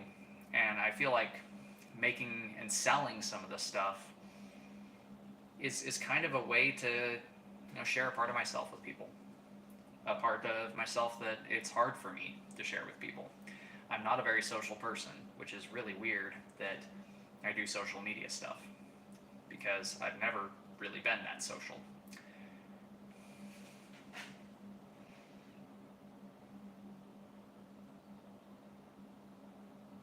No, so actually the whole point of doing it is the vinegar that's in the mustard. I want that to etch the blade. The mustard, if it's on too thick, will stop the reaction from taking place. It'll stop the oxides from forming. So you don't want to just slather it on the whole thing. Basically, where this pattern is going to take place is everywhere that you see material under that. So at the very edges of it, it will darken up where it's in contact, but not as much. So yes and no to that question. Yes, in the sense that if it's on too thick, it will stop it from actually forming a patina. But no, because the vinegar that's in the mustard needs to react with the steel. So it does have to be in contact with it in order to react. And I can already see it starting to react, which is a good sign. This is going to be a really interesting pattern. I love high carbon steel.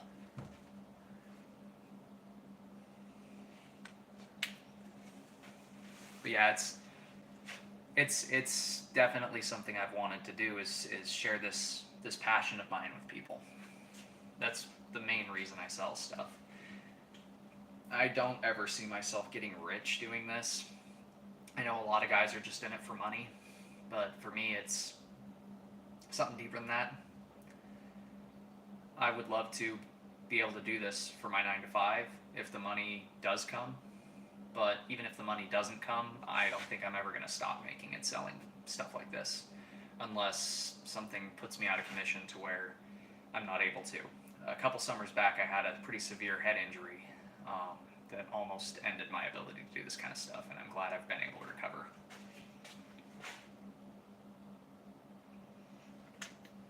Yes, very much.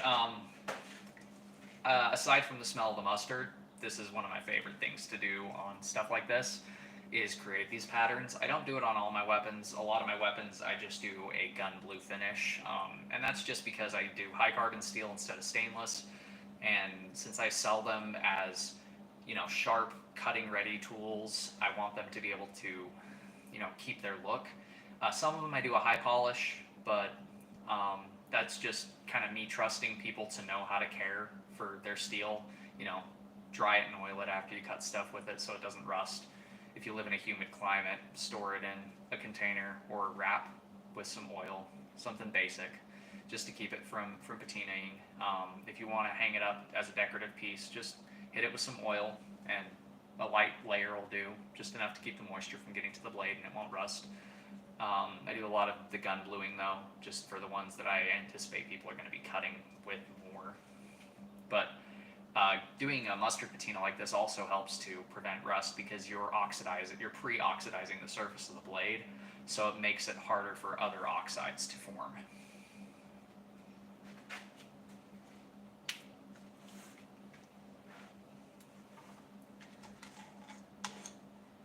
Just do a little bit of lines right here in this empty spot real quick.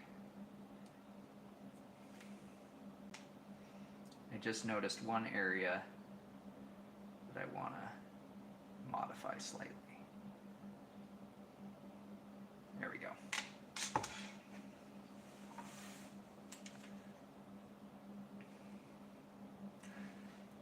But yeah, I don't do not high carbon. I don't do stainless steel mainly because stainless steels, you have to get really specific stainless steels if you want them to be good blade steels, and those tend to be, again, very expensive, very prohibitive cost-wise, and it's going to make things a lot more expensive for the end purchaser of my products.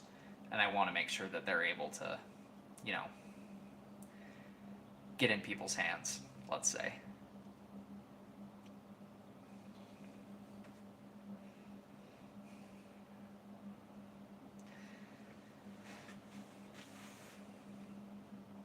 But yeah, this is going to be a pretty interesting pattern by the time it's done. And repeating it on the other side shouldn't be too hard. Should be pretty easy to get a similar pattern on this on the opposite side.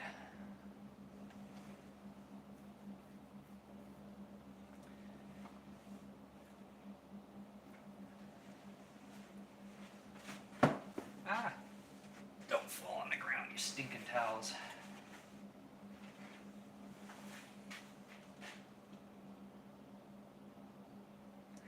Yeah, that's definitely one reason I like doing this is the anticipation. Sometimes the patterns don't turn out as well as I would have liked, and in that case, I just go back and sand it off, polish it back up, gun glue the whole thing. Other times, the patterns turn out gorgeous. It just depends on the luck of the draw, really.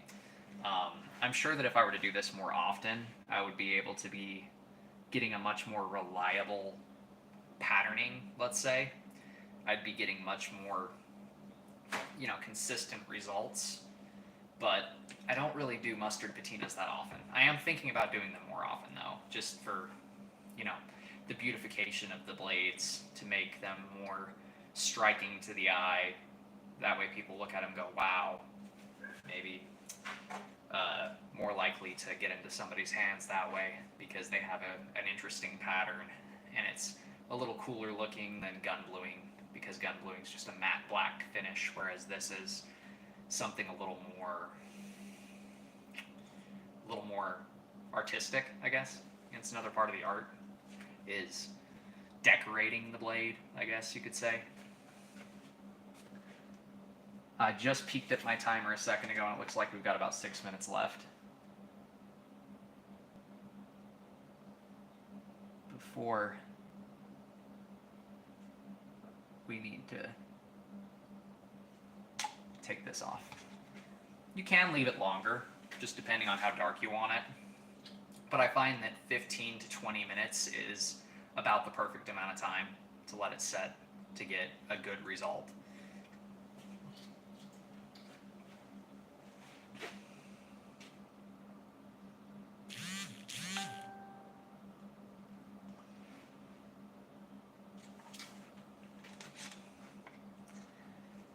One cool thing about these mustard patinas too is the variability that they provide.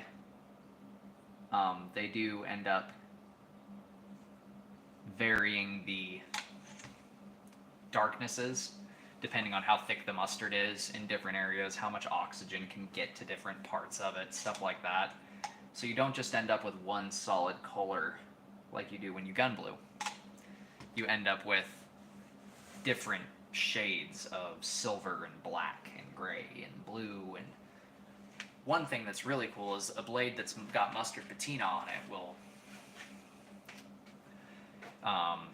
if you put oil on it, it'll look differently.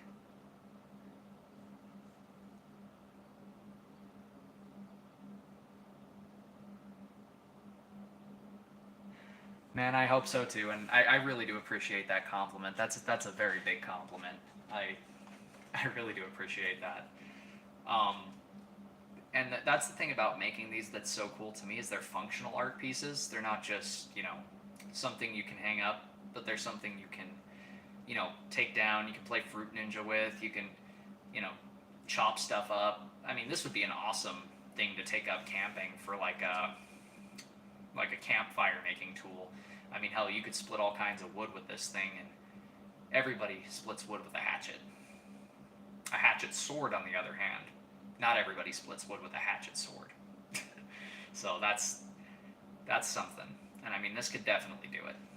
Different blades, obviously, are for different purposes. So, you know, functional art is a big thing in bladesmithing. I want it to be pretty. I want it to have its own personality, but I also want it to be a functional piece of art that people can look at and say, it's beautiful, but it works, and they can enjoy it.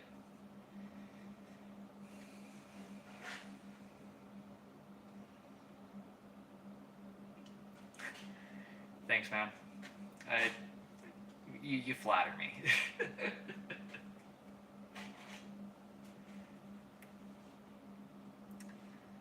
Yeah, you can tell I'm very anticipatory, I guess you could say, because I absolutely despise the smell of mustard. It turns my stomach, but yet I'm sitting here over top of this mustard staring at it going.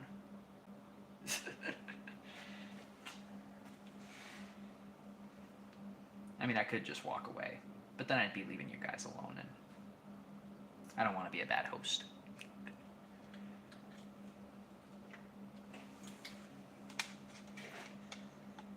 Get a little bit right here, and a little bit right there.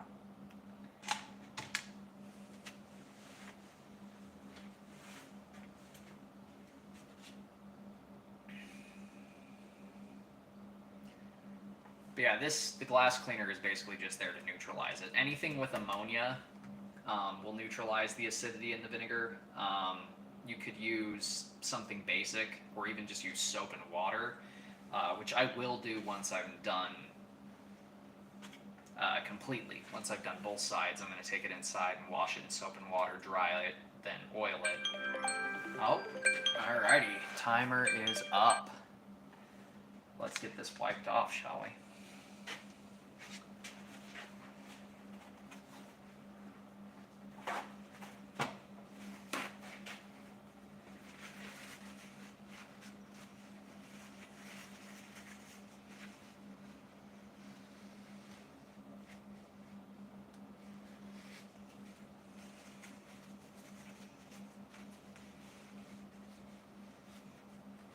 Alrighty.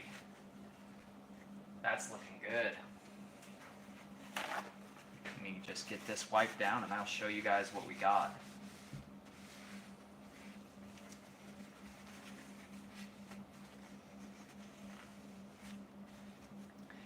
And I might do another layer over top of this if I have enough time tonight.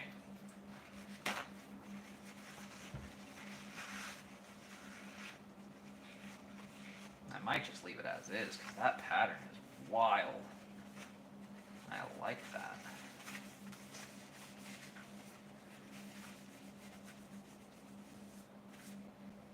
Spray, spray, spray.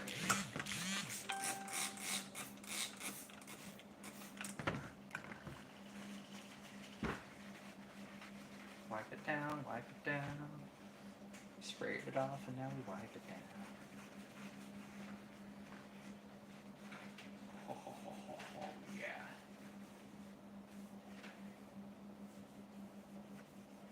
Get this neutralized, and then I'll show you guys this side, and then we can flip it over and hit the other side. Is that my wife?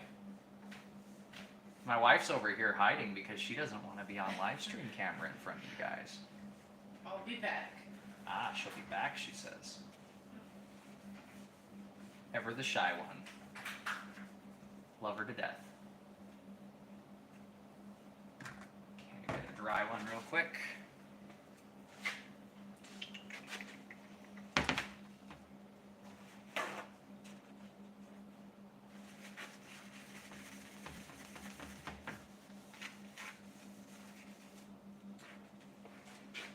So, here is the,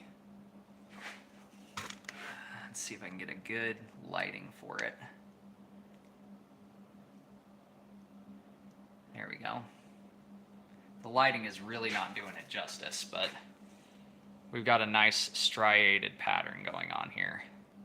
And I will probably do a second layer to this, just because I want to get a mix of big lines like this, well, small lines like this, and big lines. So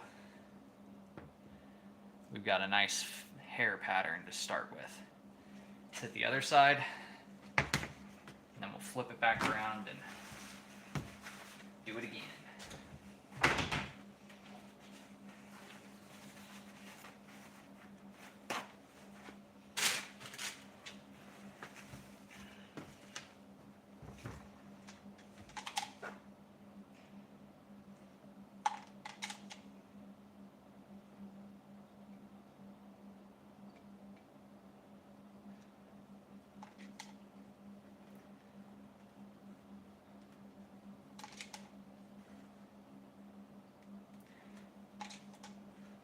So that pattern,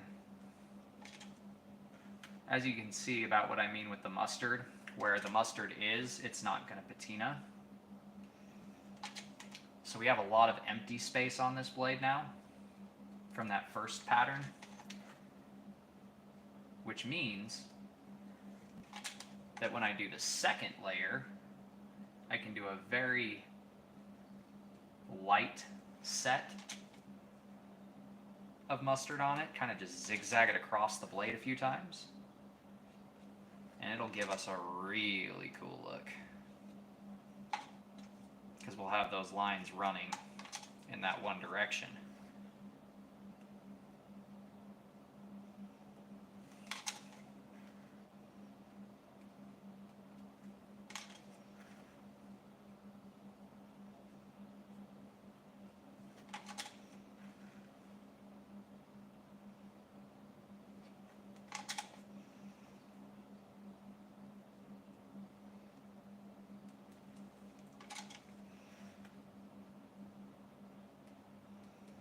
And then we'll have a bunch of zigzags running over top of that pattern.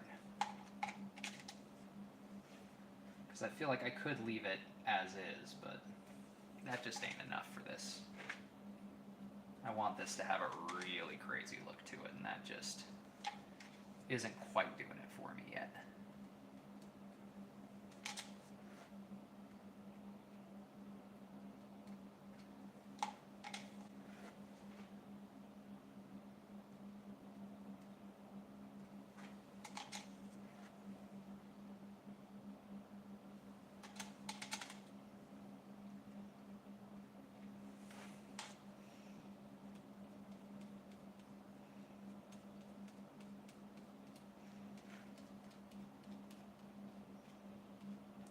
Running the same way as the other side.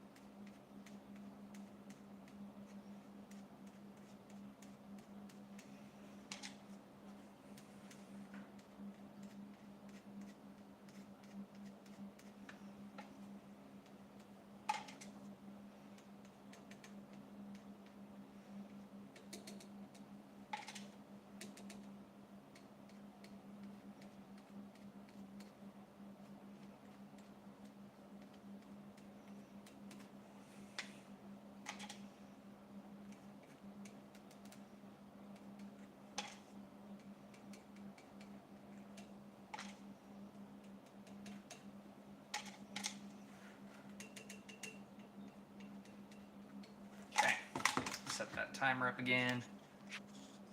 Give me just a moment.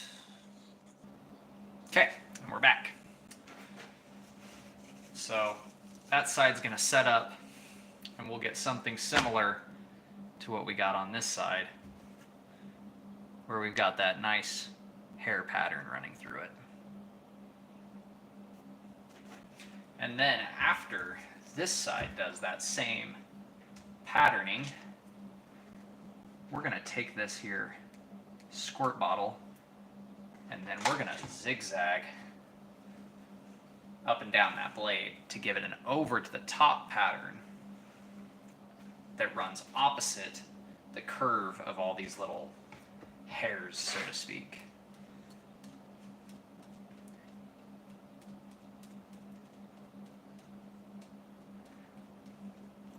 Because as I just showed, if it doesn't have oxygen getting to it, like I was saying earlier, it doesn't patina very well. So we want to make sure that it's gonna patina. Patina is a strange word. Gonna patina. Got a lot of patina. Umalaga plata. Something like that. I don't friggin' know. I'm not a linguist. I'm a bladesmith.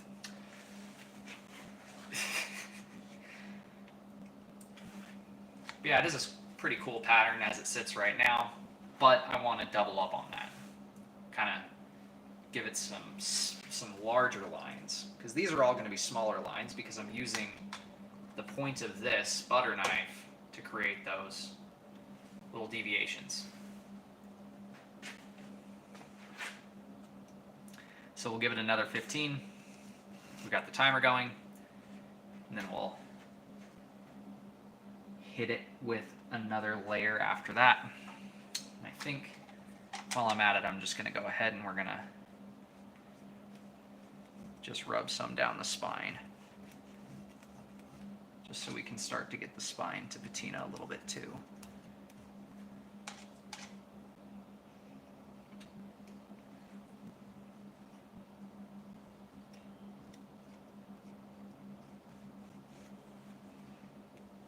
There we go. Get that upper section up near the tip as well.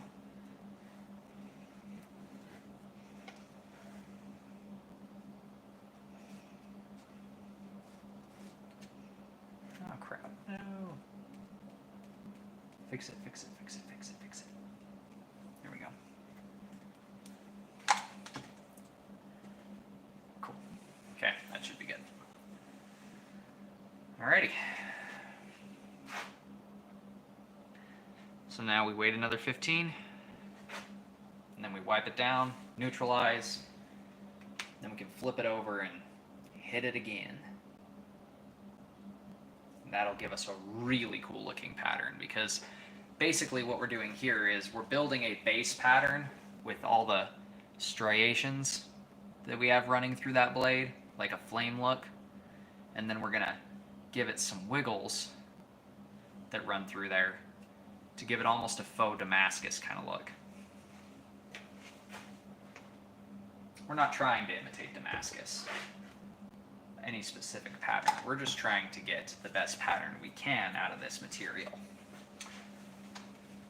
So, step by step, little by little. This is an art form. This isn't an exact science.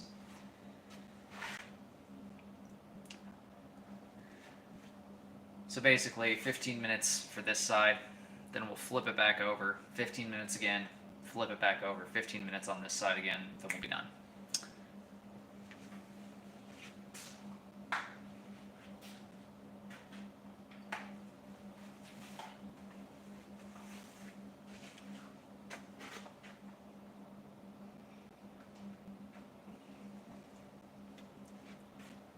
This kind of is going to give it more of an aged look too.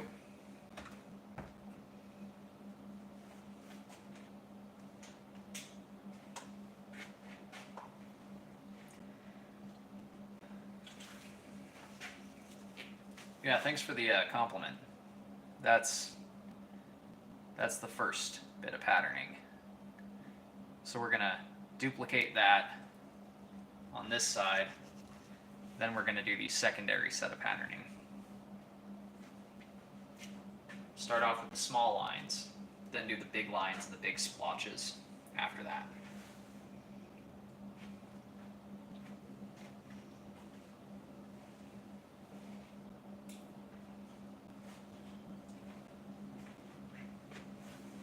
I'm gonna start. What other fantasy blades would you be interested in forging? For me, it has to be somewhat practical, right? Like, if it's not something that is going to work when it gets into the user's hand, I probably wouldn't do it. Like, I had somebody ask me to make the Dragon Slayer blade from what's it called? It's an anime. But basically, it was huge and completely impractical. And I explained to them, like, in order to heat treat something like that, I would have to have a much bigger area. So it would just be a super heavy, unhardened wall hanger. For me, I'm not going to make a blade, and this is just part of how my mindset works, is I'm not going to make something that can't be functional. Because if somebody buys it and wants to use it for any reason, if they go to use it and it's not going to function, then there's not really any point in making it. Whereas if I can make it and it will be functional, I'll make it, like, no questions. Yeah, exactly. The Berserker. Yeah, Berserker. That's what it was called. From Berserker. It's just way too huge. It's impractical as all hell and dangerous. If I were to make something like that, it's a double-edged greatsword. Somebody's gonna get hurt using that, because if I make it, it's gonna be made the way I make it. It's gonna be hardened and tempered steel. It's gonna be strong. It's gonna be sharp, and I don't want to be responsible for somebody accidentally cutting their own arm off. I'd just rather not hear from somebody and say, hey, I was playing with that sword you made me and lost my arm. It's like way too impractical, way too dangerous, you know? So,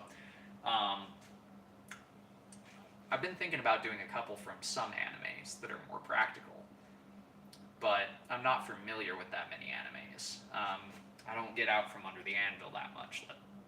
Let's put it like that.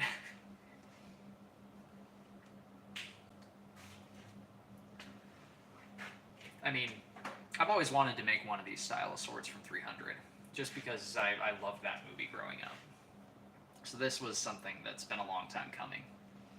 But I wasn't actually ever thinking about doing it until I had somebody recommend it to me. Sometimes I get like the blacksmith version of writer's block, if that makes sense. Like, I want to build something, and I want to build something desperately, but I can't figure out what in the hell I want to build. Like, that's something that happens to blacksmiths and bladesmiths. Sometimes we want to make something, but we don't know what we want to make. And we'll stand out in our shop and stare at our pile of metal for like hours, contemplating all the things we could make.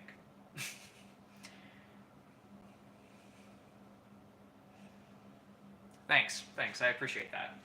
Yeah, I mean, the one from the movie, like I was saying earlier, the one from the movie was a little longer, and the point was much pointier. The ridge was where it is on this, except the point kind of came out further and got longer and skinnier. Whereas the one I wanted to make, I wanted it to be more true to who the Spartans were. Because the Spartans were an elite class of warriors unto themselves. They were brutish, strong, mean dudes. And something like this, to me, is more up their alley, so to speak. Something they would have used. Short, effective, heavy duty. It's going to be able to take limbs. It's going to be able to cut shields out of hands. All that kind of stuff. I'm thinking of naming this one Limb Taker, after the design and the mentality. And hence why I wanted to give it that mustard patina that I'm giving it, because I wanted it to have a really crazy aesthetic. I wanted this to be a uniquely designed piece from guard to point. The ones in the movie, the guards are thicker this way, and they're short. Like, they come to here. and to here, and they don't overlap. So I made mine to crisscross with some knuckles on them, so you could use it like steel knuckles for punching stuff.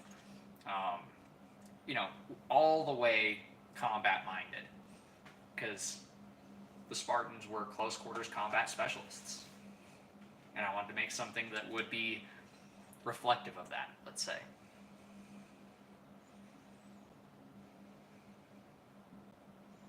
Yeah, absolutely, absolutely. That was kind of where I was going with it. Is I wanted something that a Spartan, if a Spartan from Sparta were to see this weapon, they would say, "Let me take that to battle," because they could use it. I mean, you've got steel knuckles with points on them to just crush bone. You've got a heavily cleaving blade in that menacing shape. It's got a traditional short sword blade down here, and then that axe sword thing going on up there with that real stout point for driving through armor. Kind of like a can opener. It's something that I think that they would be happy to have used if they could have gotten their hands on it. Like when I approach a weapon when I'm making it, I often think about, you know, especially a fantasy style weapon, I often think about like, who would use this? What would it be for? And how can I optimize my design to fit that utility, that aesthetic, you know? Like, for me, all the martial arts I trained were fast, striking type martial arts. So when I made my rapier longsword hybrid sword, this critter, I wanted to make myself something that I would be happy with for me. I cut stuff with this all the time. I practice with this, I train with this. It's so light, I mean, I can just hold it with 2 fingers. And you can see, it's very flexible. It's very vibratory, let's say, which is good. I mean, this is something that I wanted to create for myself. It's got the integral fuller that runs up halfway to a very needle-like point. It's got a sharpened butt pommel for pommeling, and it fits with the styles of martial arts that I know, that I'm comfortable with. So when I made this, I was you know, building something that I could be happy with for a practical sword.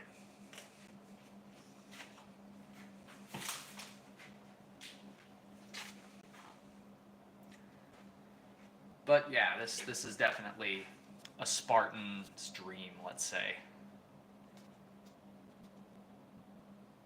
Looks like we've got about 2 minutes left before we can wipe this down and get the other side.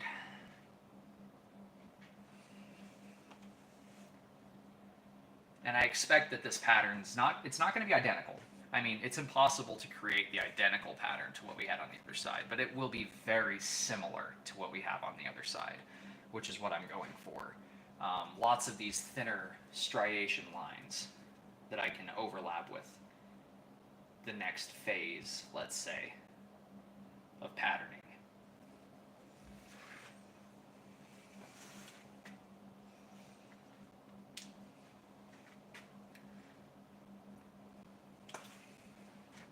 Toss this because I don't need that, because we're going to go straight out of the bottle on our next 2 sets. But yeah, I mean, everything I make, I have in mind kind of an idea of what the weapon should be for. Like with this Kopesh, I always felt like Kopeshes historically were missing a guard, because they didn't have a guard historically. So I gave it a blade catch style guard on the front, a nice scroll on the back. I gave it almost a snake scale pattern on this, using a file to create almost snake-like skin on that guard, and just a skull on the base, because why not, right? And it's not your traditional Kopesh, it's my own version. It's a hook sword, like a traditional martial arts hook sword, with a very large, very thin top section to the blade. So it's incredibly sharp, incredibly good at cutting, but it's something they would be using, because they used it for hooking limbs, hooking shields, things like that.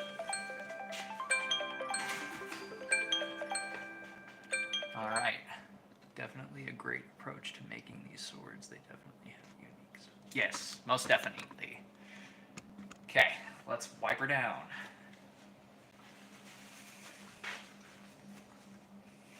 See what we got.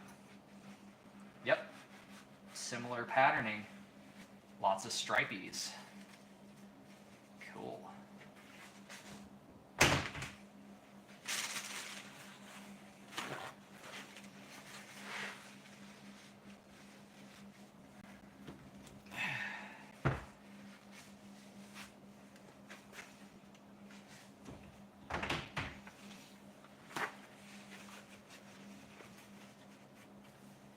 Looks like the spine has picked up some patina, but not a bunch, which is good.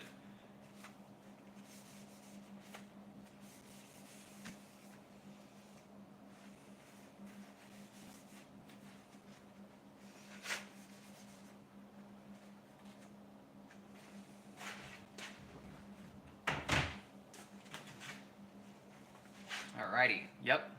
So now we've got that same kind of stripes and lines pattern going on both sides. Now we can flip it over after I neutralize it. Don't want to forget that.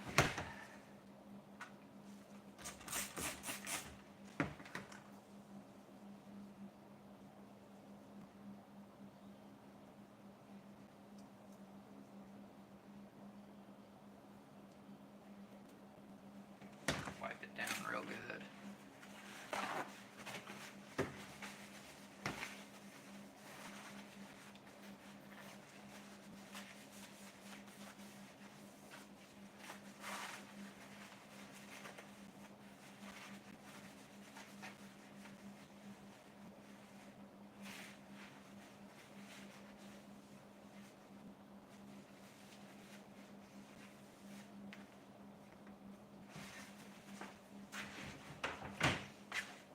For a streak-free shine every time, use Windex. Anybody remember them old commercials?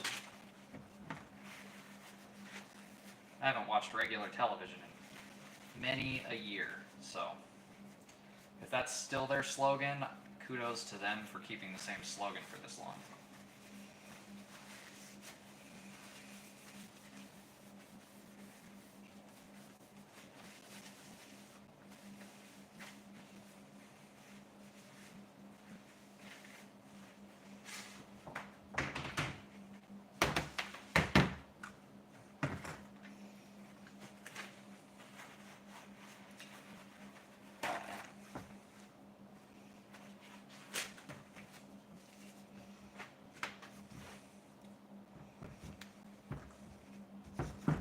Okay. Now we're just going to go ahead and we're going to kind of just hit it with a little bit of a random pattern.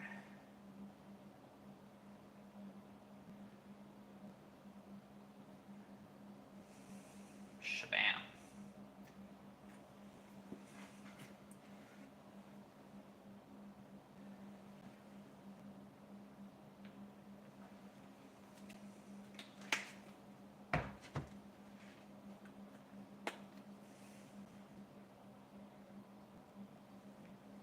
Put a couple of random dots in here.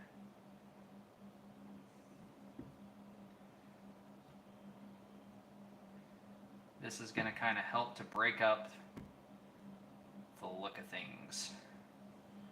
That way we don't just have a bunch of lines heading in the same direction, we've got a bunch of random bigger streaks and lines as well.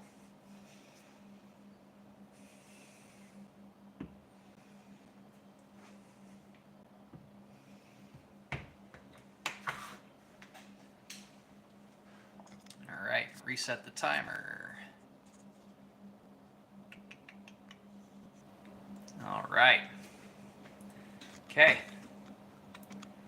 And there we go. So now we've got a really random squiggly pattern all over this thing. We're going to do the same thing on the other side here in a minute when we're done. Let's go ahead and take some of this, put some of it on the spine in some random areas too. That way we can get some random bits of stuff going on the spine, because the spine didn't really patina that much in many places at all.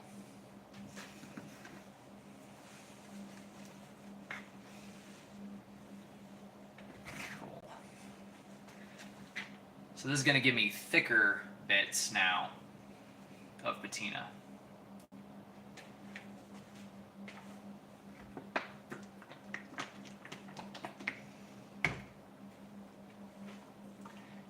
And then once this is done patinaing on this side, we'll do the same thing on the other side, and then we will be done with our random pattern patina.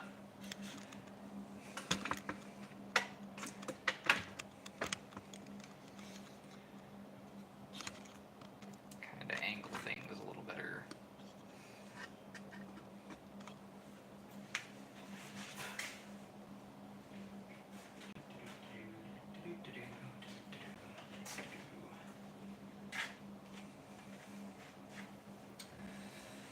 And now we wait.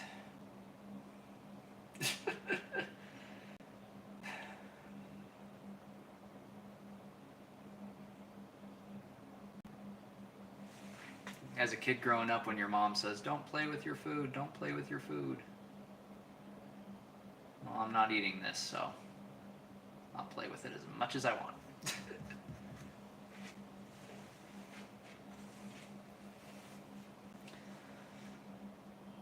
Be a really bad idea to try and eat a sword. My favorite part of this build specifically, the blade. It was a task. It was a lot of work. Starting out as a thick chunk of leaf spring. I always like getting my hands on thick pieces of material. There's nothing quite like starting out with a really rough, heavy piece of steel and pounding the crap out of it for a few hours just to get something this pretty built. I mean, the overall transformation that you see as you build this kind of stuff is the most satisfying part, is when it's done.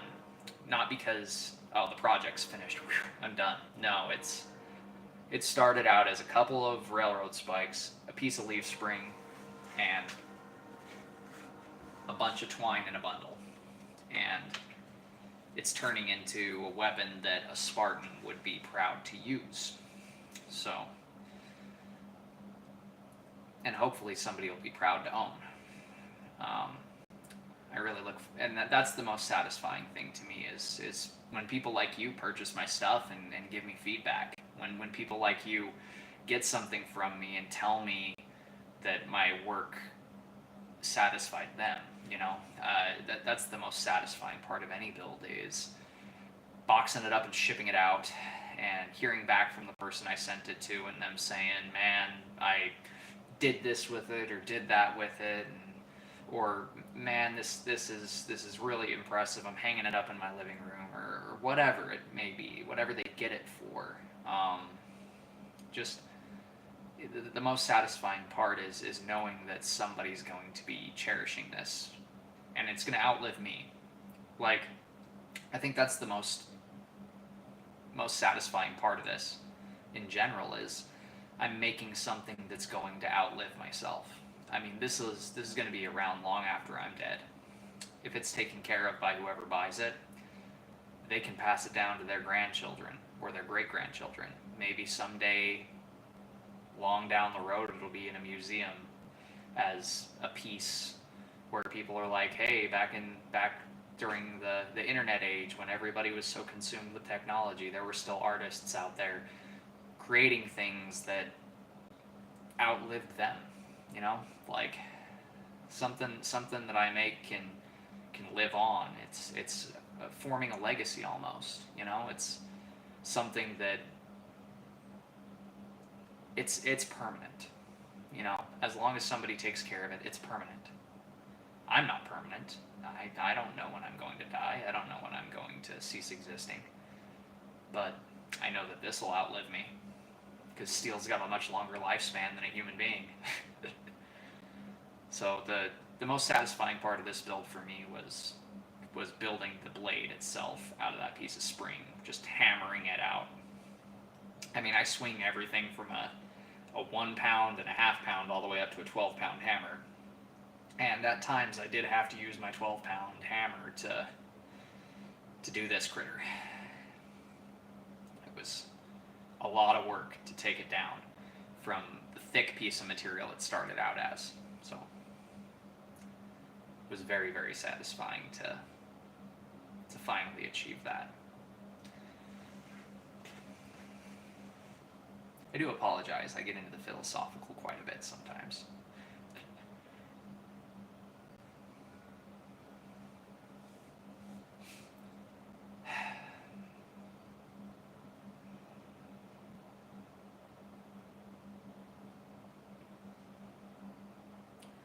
Yeah, this is a fun build.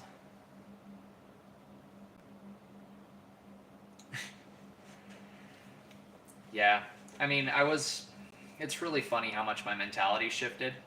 Like when I was a younger guy, doing martial arts, going through the martial arts I did, getting into MMA, wanting to do that as a career, only to find out that I wouldn't have been able to do it because they don't take people that are on different types of medications for different mental disorders and stuff. That kind of shattered me for a while, because for a long time my legacy was going to be a mixed martial artist. My legacy was going to be I was going to be a guy who beat people senseless for money. And I've shifted pretty hard to a very stoic mindset, to a very, I wouldn't want to say hermit life set, because I use the internet, I live in a city, I exist in the modern day, but more of a artistic mindset, I guess. It's definitely crazy how much one person can change over the course of their life. That's for sure. But yeah, I mean, I was gonna be an MMA fighter. I hold a first dan black belt in Taekwondo. I did Jiu-Jitsu. I did Muay Thai. I did boxing. Did MMA. I still train, but mainly it's to teach friends and family to defend themselves. Like my wife, she's been learning some stuff from me. I've been teaching her some Muay Thai. I've been teaching her some Taekwondo. I've been teaching her boxing, all that kind of stuff. And that's where I find satisfaction is doing things that I know benefit others at this point in my life. It used to be about destroying anybody and opposing people, but now it's all about making something that's going to outlive me, making something that's going to last. And I find great satisfaction in making these kinds of things. I mean, are they weapons? Yeah. But we don't live in an age where men use pieces of steel to barbarically butcher one another in mass on the battlefield anymore. We live in the age of drones and bombs and tanks and missiles guided by drones from many, many hundreds of miles away. Warfare has evolved far past a simple piece of steel. But there is something magical about bringing a piece of steel to life, especially when I study history and I see how many lives were saved and how many lives were ended by the edge of a sword. It's an incredible thing to think about, to look back on.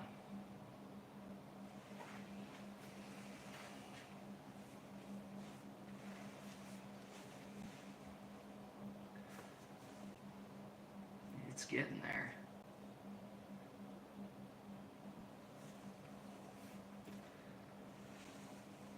Sounds like a really positive thing, definitely. Change I'd like to be able to go through. Well, it wasn't an easy one. That's, if I'm being honest, it was the hardest thing I ever had to do, is learning to put my competitive nature, my conflicting nature down, learning to give it up. I honestly owe it all to God, because, I mean, I don't know if you're a religious person. I don't go to church every Sunday or anything like that, but where I find God is out in that blacksmith shop.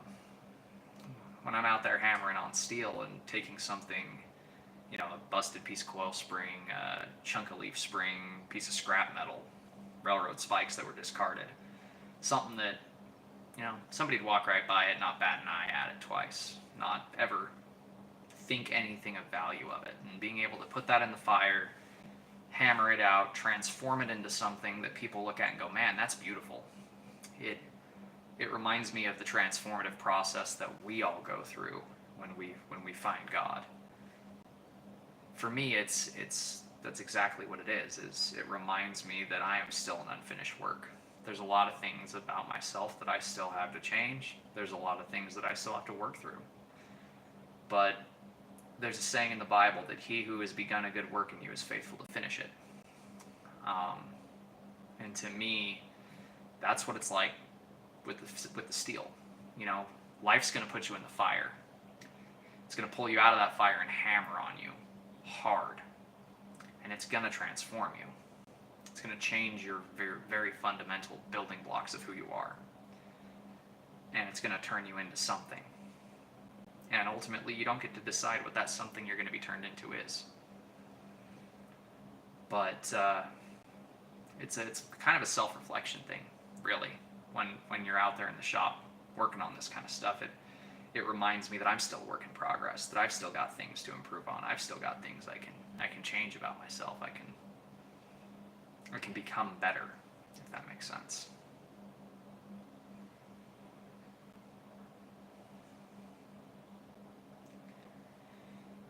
I think the road less traveled should be a road more people travel.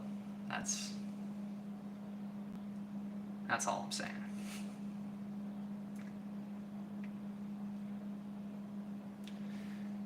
Get a drink of this water. How much more time before we wipe this down? 2 minutes and 22 seconds. That ain't bad. A couple more minutes and then I'll be able to flip it over and we'll get the other side. Get this thing all purdied up.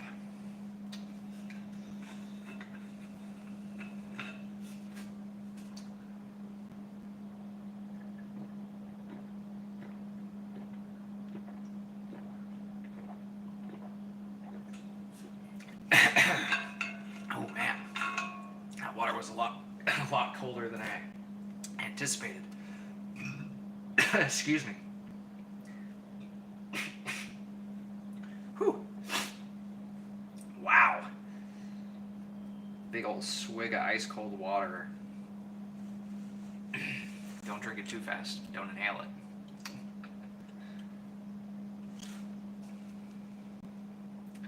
Can start to see that patina forming. I might give it another 5 minutes. I might not. And the thing is, once I wipe the mustard off, I can't put it back on in the same spot. So I could give it another 5 minutes on each side. But I think I'm going to risk it. And I'm just going to wipe it all off once that timer goes off. Oh yeah, that'll definitely have plenty of a dark enough patina. Cool. Yeah, once we finish up the other side, patinaing that, I can go ahead and I can melt this off and reseal it, and then set it up for the rest of the night so that way it can harden overnight. Return to it tomorrow. And that'll be when it gets tested. Fill up a bunch of water jugs, do my thing with it, chop some stuff up and see how it does. Don't know if I have enough of the smaller bottles. All right, let's start wiping her down. See what we got.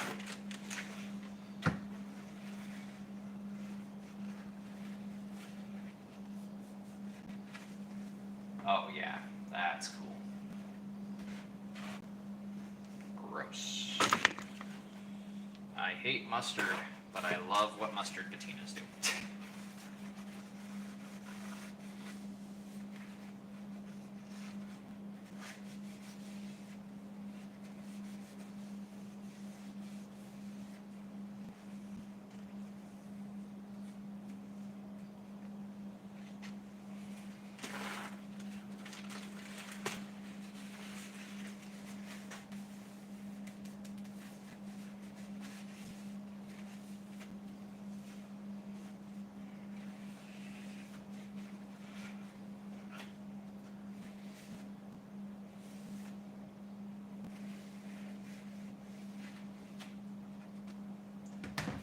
Neutralize.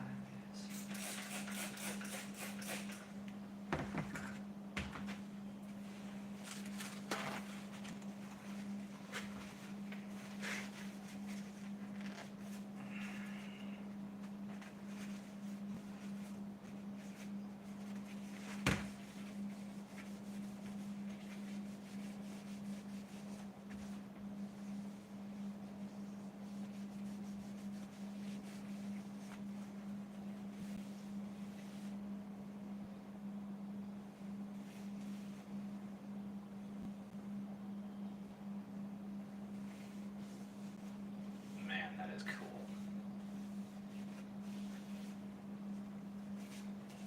Alrighty. Let's see if I can get some lighting on this that's actually good enough to see it.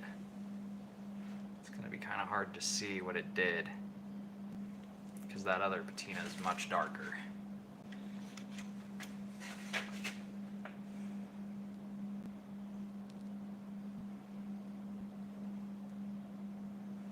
But you can see that lighter coloration spiraling through it. There we go. Overlaid with those darker stripes.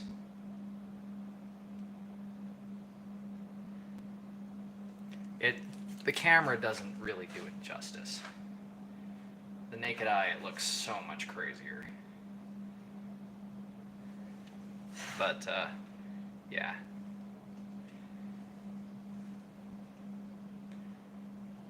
Come on. There we go. Kind of catch a glimpse of it.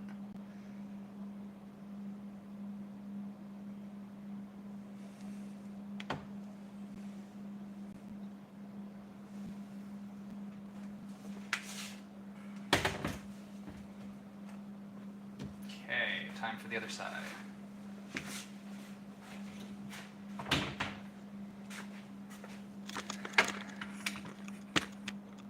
Thanks. Yeah, the second coat's always a big change.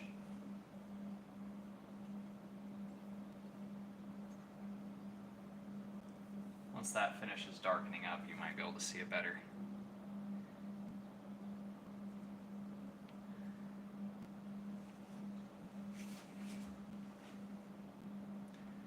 Oh yeah, there we go. You can kind of see it better further away.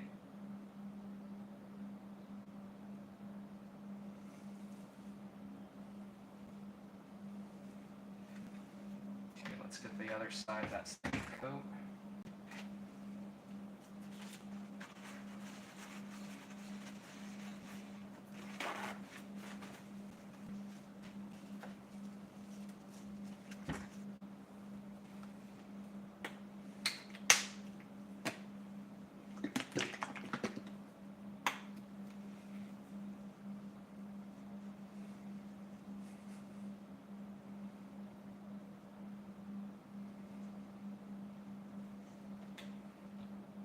Put some dots like we did, a couple of spots.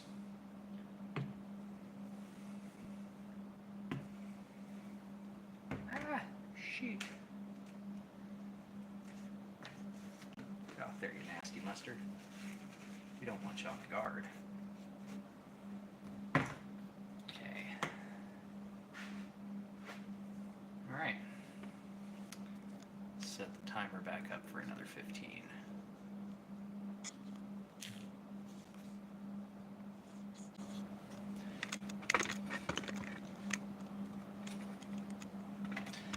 I might even do a third pass on it with some really light lines just zigzagging in different directions. But if I do that, it'll be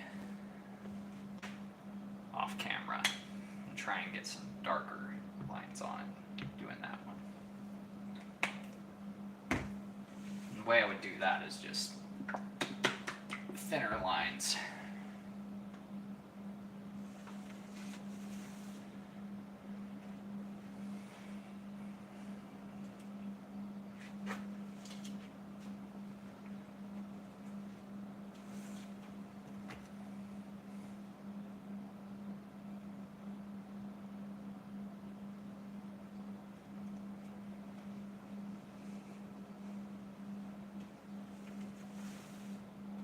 And I mean, you can't really overdo it with a mustard patina. That's one of the cool things about it. So you can't really overdo it.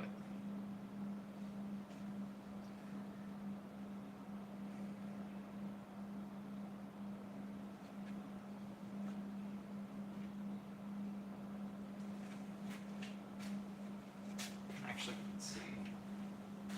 Where did I put that? There we go. Grab that back out.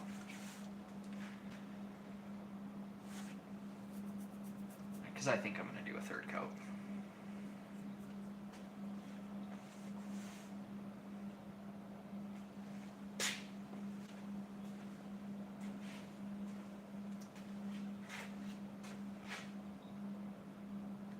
How many hours on this sword? Let's see. So we got 3 hours for the handle and the patina so far on the stream. So probably close to 9-10 hours total. 9 or 10 hours total so far for the sword. Not including the time that it sat in the tempering. That would bring it up to 10 or 11 or 12 hours. And I still have to resin coat the handle after I'm done with the patina. And that's going to take a few hours to harden up. Only maybe 20 minutes tops to actually do the resin. But it will have to harden overnight to fully cure. And then after that, I'm going to take a whetstone and sharpen the edge to a razor, which will take another hour-ish.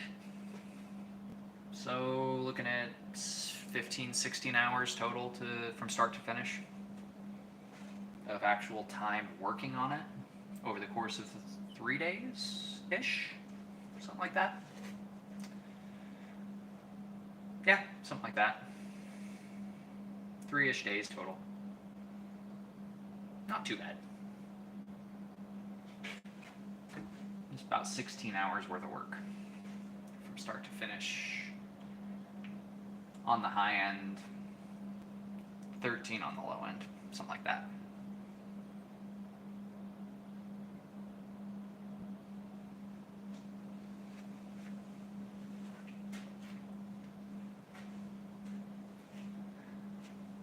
Yeah, the last layer I'm going to do, I can do this standing up. So I can coat both sides real fast with some real tight lines. And then have it sitting up like thusly for the final stage. But yeah, I go with 3 layers. One light layer like this, because when you do these thicker lines, it tends to be a lighter coloration. When you do those thin lines like I did before, it tends to be a darker coloration. So yeah, probably gonna do a third coat.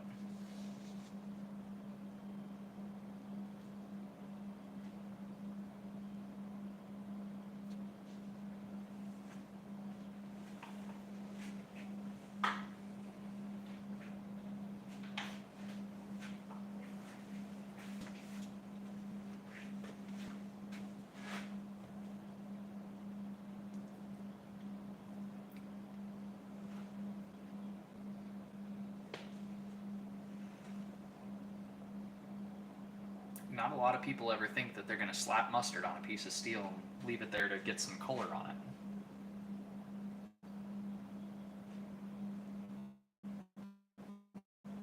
Works great though.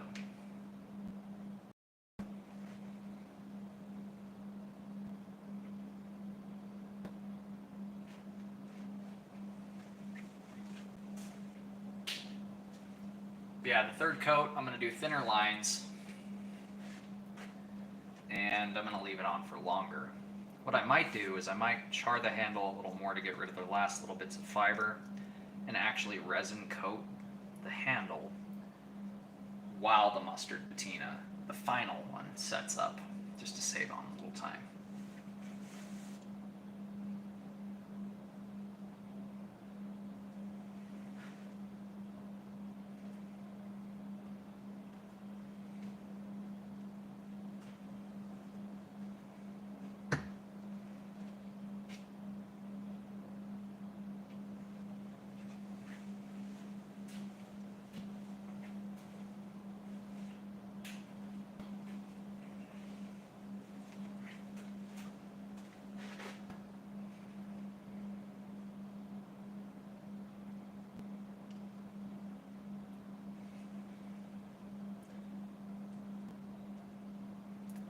Thanks, man.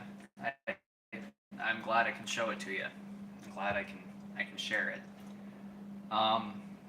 There is a video that will be going up on the forging of the blade, because I didn't do that on live stream. I recorded that, so that will go up as its own video later down the road before the testing video does. The testing video, it's going to be a long time before that goes up.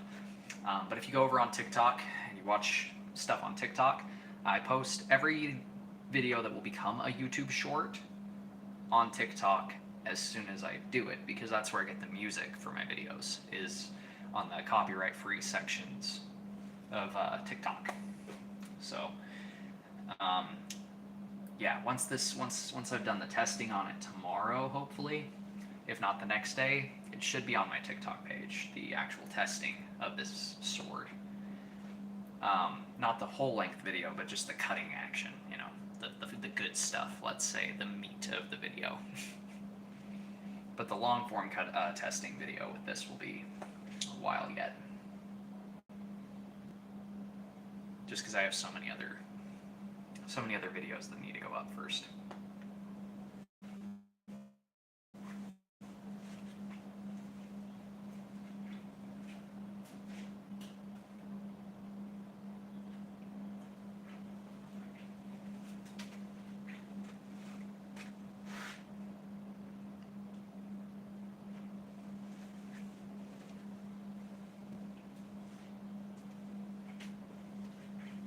Oh man, sometimes it do take a little bit of time. Looks like about 6 minutes before this coat is done on this side.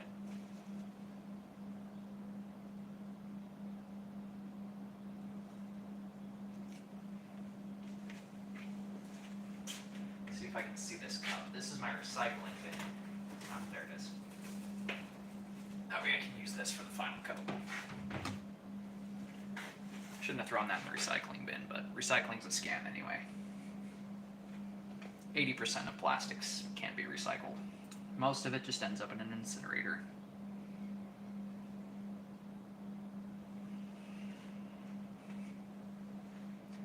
That's one of the funniest things to me, is like, how many people fell for that? Like, we're recycling all the plastic. No, we're making more.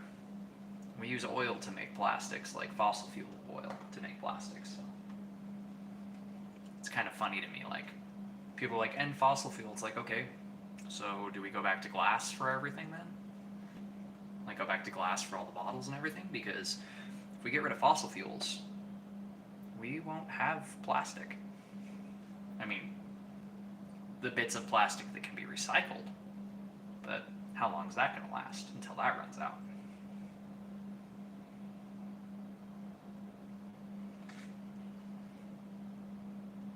That's one thing a lot of people don't tend to realize.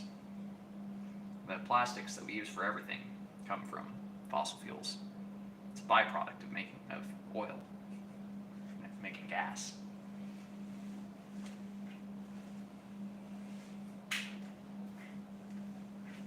I mean, I'd be cool with going back to glass.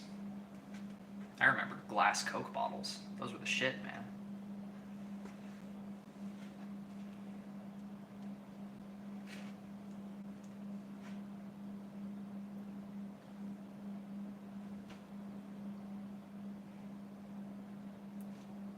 lost almost everybody. Don't talk about glass, don't talk about plastic. Piss people off, apparently.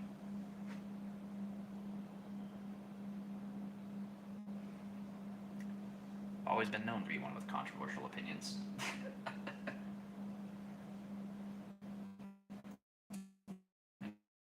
I guess I froze. Hello.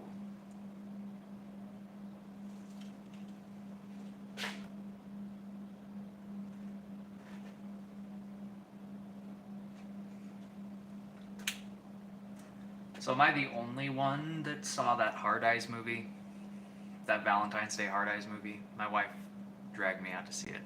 I wouldn't mind glass, but I do enjoy the use of plastic bags. Yeah, seriously. Like squeezable bottles, like, I don't know what we would do for squeezy bottles if we went back to glass.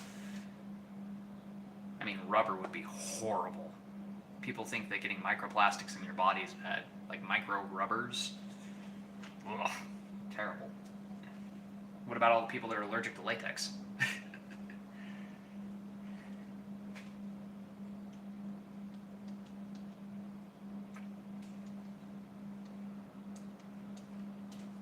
Paper bags, I mean, if you remember paper bags, or if you live in California where they pretty much use just paper bags, those things rip so easily.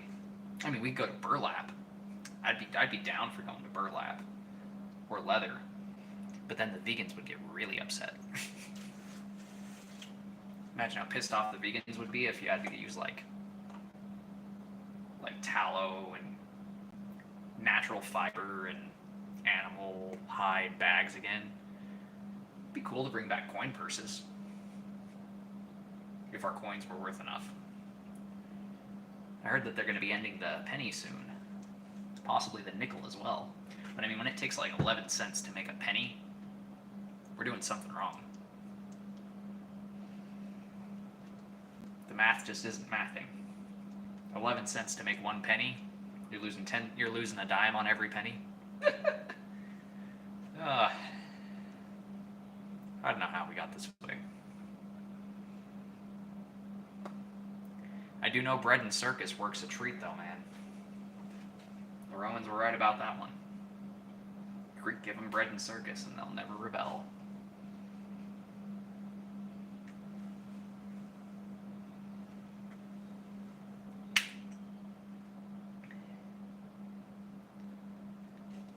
Things are definitely seem like crazy times. Yeah. I mean, no matter which side of the aisle you fall on, shit's crazy. I don't fall on either side. I mean, I've never had a positive view of politicians. I mean, things are just absolutely flat ass crazy, and if you don't align with one side or the other, you kind of fall out of everything. You're just shunned by society. If you're not with us, you're against us. If you're not with them, you're against them. Okay, well, I'll just stay in my little blacksmith shop and be myself then. Because I'm of the mentality, you do you, me do me. Just don't tell me how to do me and we'll be cool.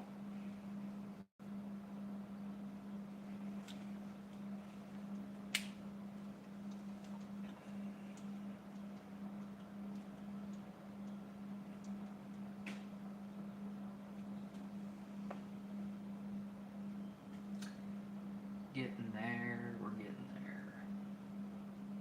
Slowly but surely. It's gotta be almost time. Yep, 20 seconds. Let me preemptively strike. Alright. Wipe this sucker down.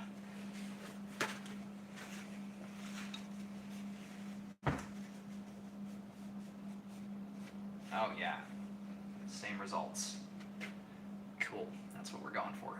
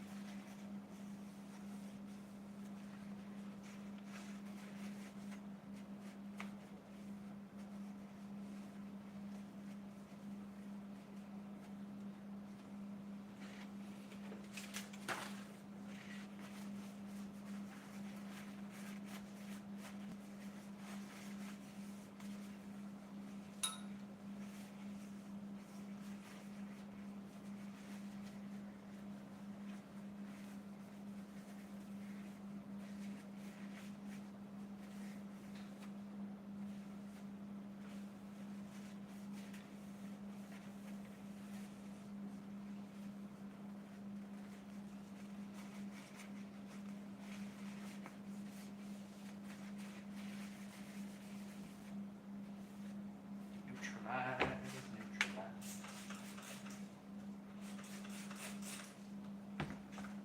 Every day with the neutral spies.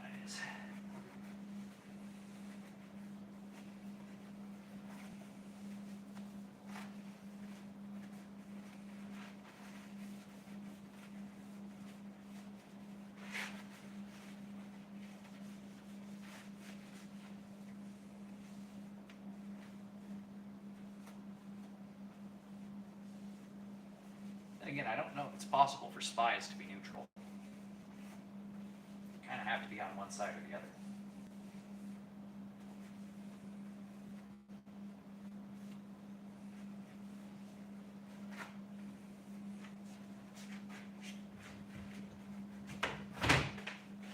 Alright. There we go. Now that is a cool looking blade. Once we give it that last coating, it's going to be insane. That, my friends, is what happens when you put mustard on high carbon steel. You get a crazy ass pattern, that's what happens.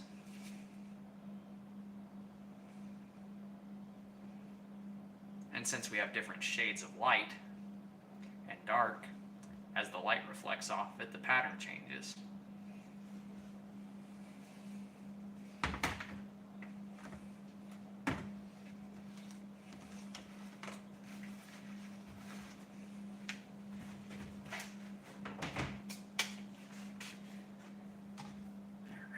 Prep for the final run. That sounds disturbing. Am I the only one that thinks mustard looks like baby diarrhea?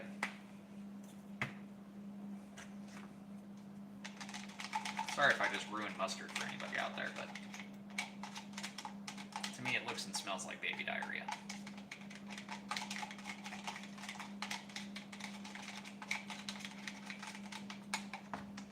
Hence one reason I really don't like it.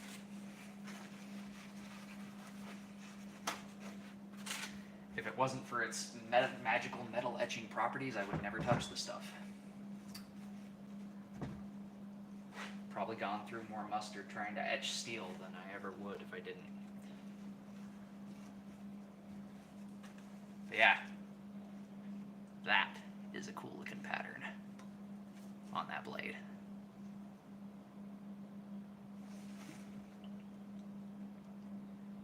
God, I love that. I'm gonna get it one more shot on the pattern.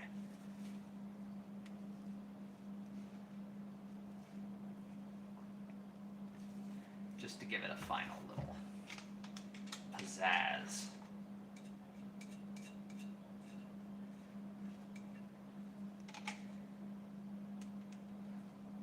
Squiggly, squiggly. We're gonna do some really wild stuff here.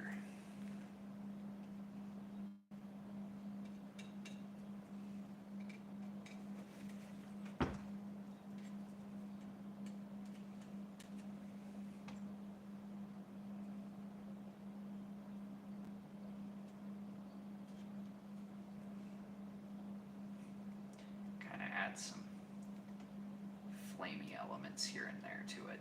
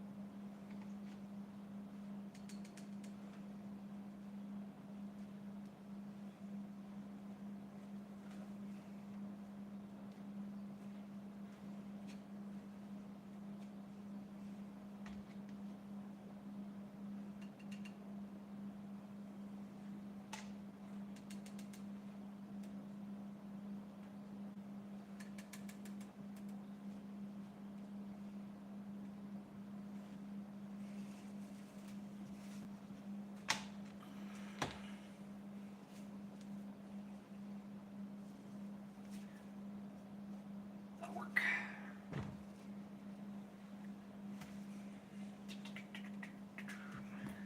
Let's get something to get it to stand up straight. A squash will do nicely. And perhaps another squash. Squash to squash the blade in place. Aha, aha, aha, aha, aha. Squish it with squash. Squash it with squish. And if you can't squish it, then squash it, right? There we are. Okay. This time we'll give it another. Bam. Okay. And after this run, it will be finished. Well, aside from the handle, obviously.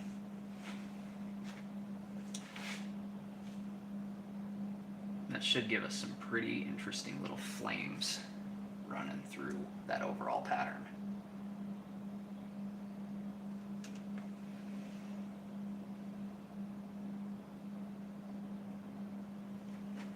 Kind of help break up a lot of those straight lines.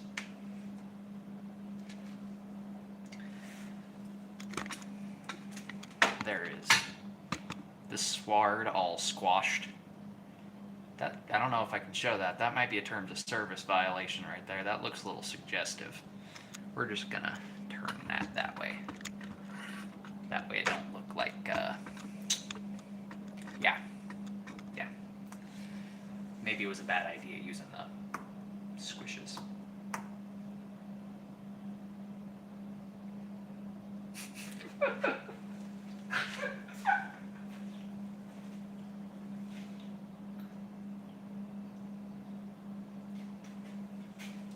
And I wonder why YouTube has a problem with me.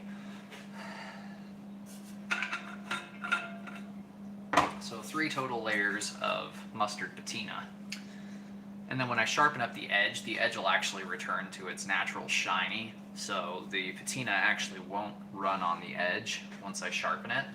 The sharpening process will shine up the edge. So the edge will actually look even more distinct from the rest of the blade because of the patina. The patina is going to darken a lot of that stuff up.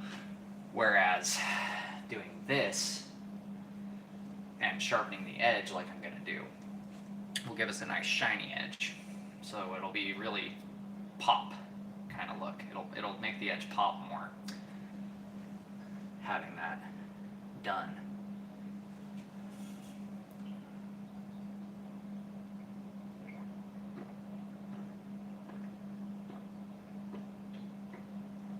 Can't believe I've been live streaming for 3.5 hours.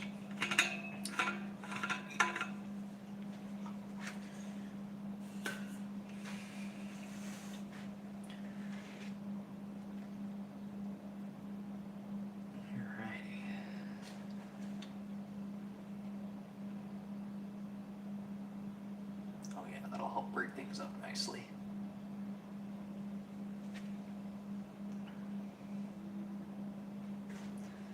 Okay, well, I'm gonna go grab another plastic cup so that way I can mix up the resin once this is done setting up. I'll be right back.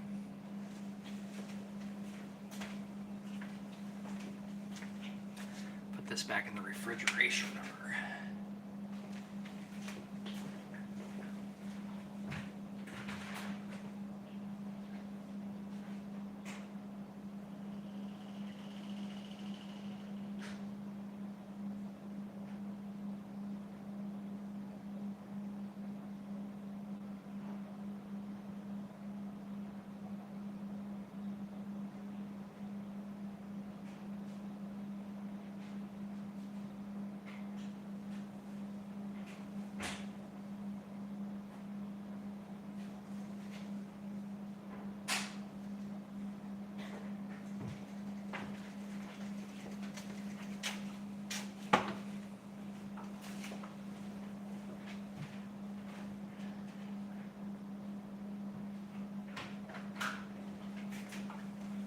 Smell like burnt jute twine and mustard in my garage for a while.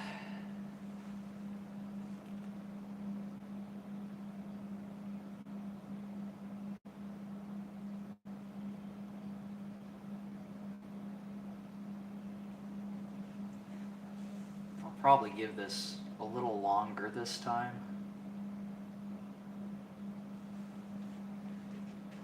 Just to make sure that that pattern sets up nice and solid.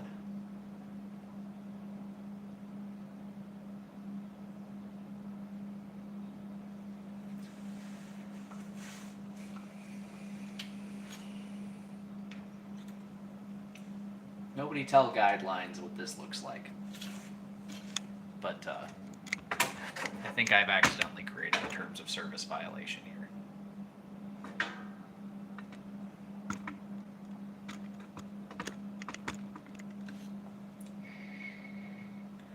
Nobody tell YouTube.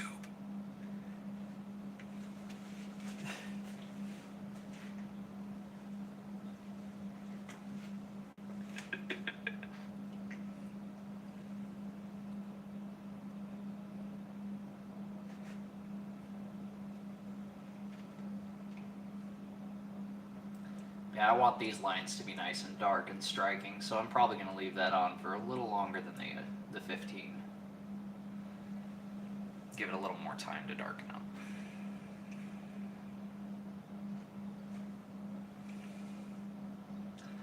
And I forgot to get the plastic cup. Put away the mustard, forgot to get that. So, yet again, off to the races.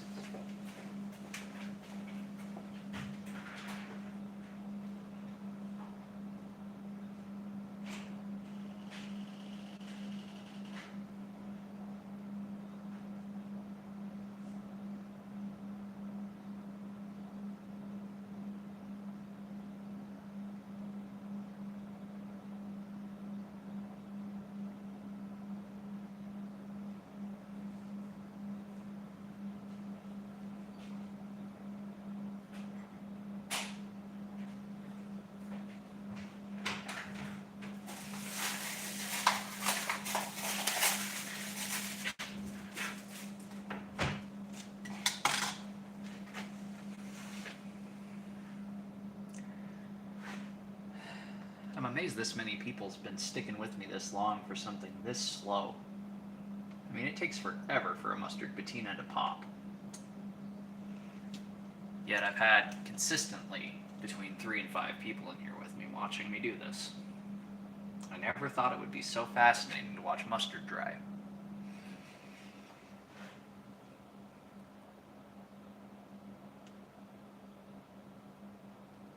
Am I gonna complain?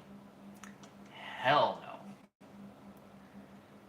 Yeah, it's funny that each time it looks increasingly good. I have had people on TikTok before ask me if it was like, what kind of Damascus is that? And it's like, it's 5160 spring steel with a mustard patina. It's steel and mustard. It's not Damascus. It's not pattern welded steel. It's regular steel. Regular high carbon spring steel with a little bit of confectionery going on. Once I get this edge sharpened up, it's gonna look hellaciously sick, as the kids say. That's what the kids say, right? Or do they say it's gonna be, what is it, the skibbity toilet rizzler? Is that what I heard? I don't even know what the slang is nowadays. That's just brain rot nowadays.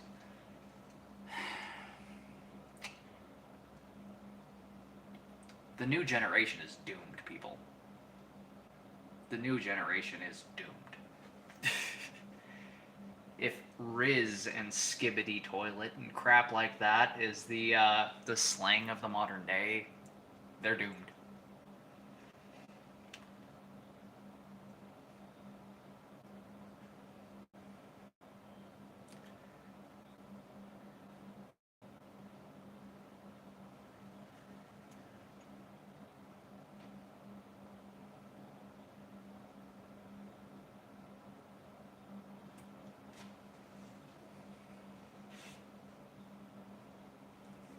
That's one cool thing about these mustard patinas too, is you can't really overdo it. Like, you can underdo it and have way too much empty space, but you can't really overdo it with a mustard patina. It just looks increasingly cool each time.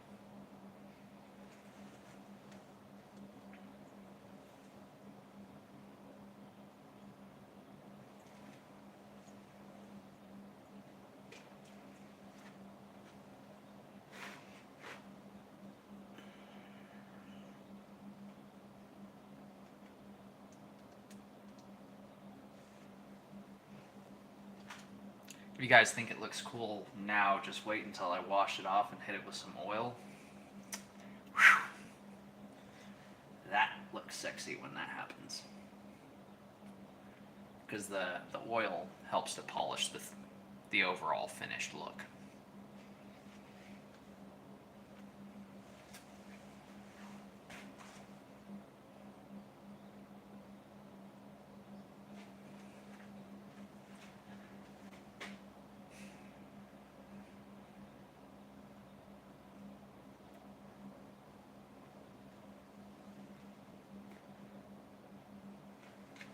Yeah, once this set finishes up and we neutralize, I'll wash it off and oil it before I do the handle.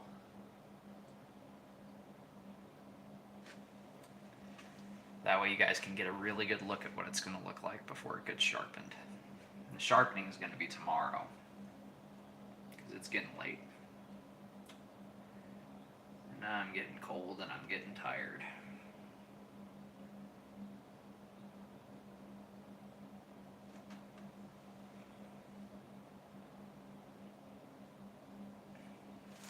Let's see, what's it at?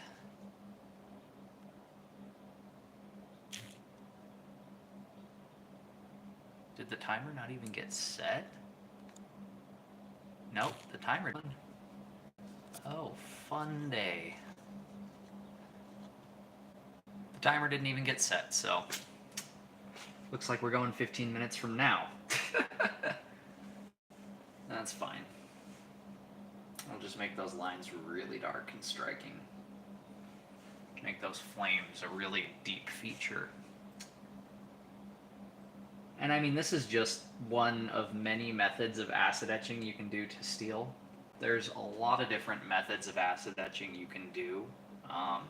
Just depends on how deep of an etch you want to get. And this is by far one of the slower methods of acid etching, but it is one of the more controllable methods of acid etching. You can do like stencil with a little battery and some vinegar or salt water on a piece of cotton, and you can etch stenciled stuff in. But if you're going for like a more organic pattern, nothing really beats a mustard patina, because it allows you to put the acid right where you want it, get some really intricate designs going, and just really dress up a blade in ways that you couldn't otherwise do. Got our imitation Windex, the great value Windex, the greatest value for your Windex. Pretty sure it's the same exact shit, but it still says streak-free shine. So if Windex is still using that for their slogan, I think these dudes are in trouble, because that seems like copyright infringement to me. I don't know. Great value, what you doing, buddy? And rebottling Windex and putting that streak-free shine logo on there. I mean, it's all the same shit. It's all ammonia. Pro tip, do not mix glass cleaner and bleach. Not the kind of mustard you want to make. That's mustard gas. That's a no-no.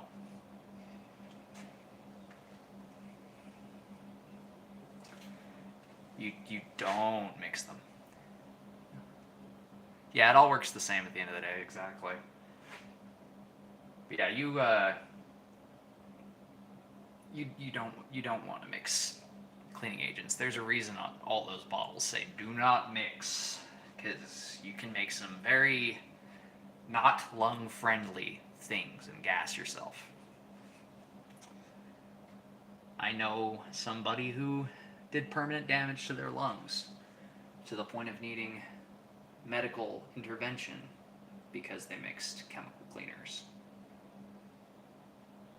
So don't mix chemical cleaners. Not a good idea. Not good for the lungs, not good for the body.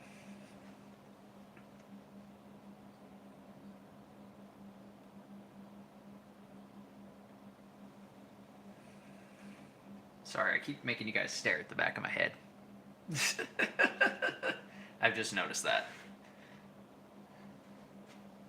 I don't mean to keep putting my head right in the shot like that. I just realized I was doing that to you guys, and now I feel like a jackass. Jackass! Woo! Overhead. Flip you around. Should have been using that camera angle the whole time.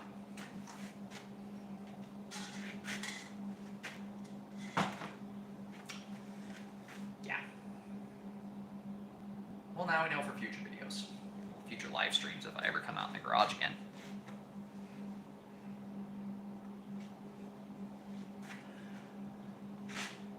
It is starting to darken up pretty good though. Gonna be some pretty bold lines.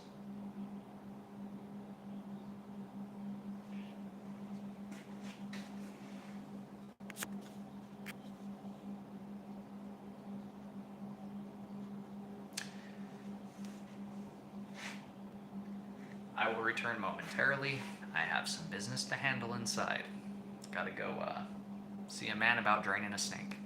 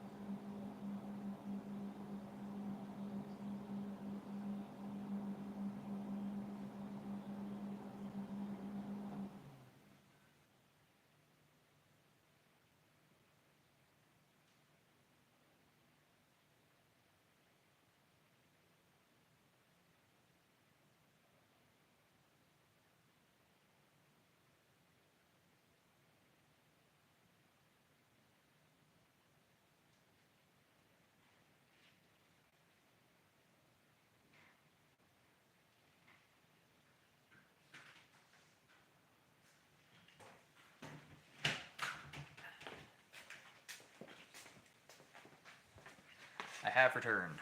I'm not sure if it's the way. It is this way for everyone, but I know that any audio coming through. There's no sound?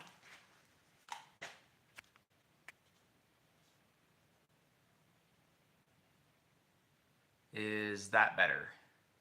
Can you hear me now? There is sound. Jackery. How you doing, Jackery?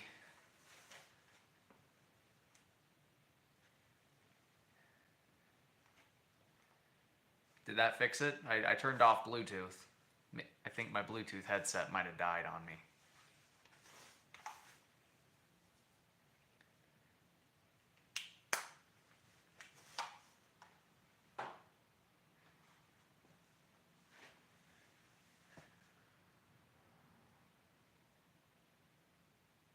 Oh no. Bit upset, a batch of swords I was tempering warped like hell after.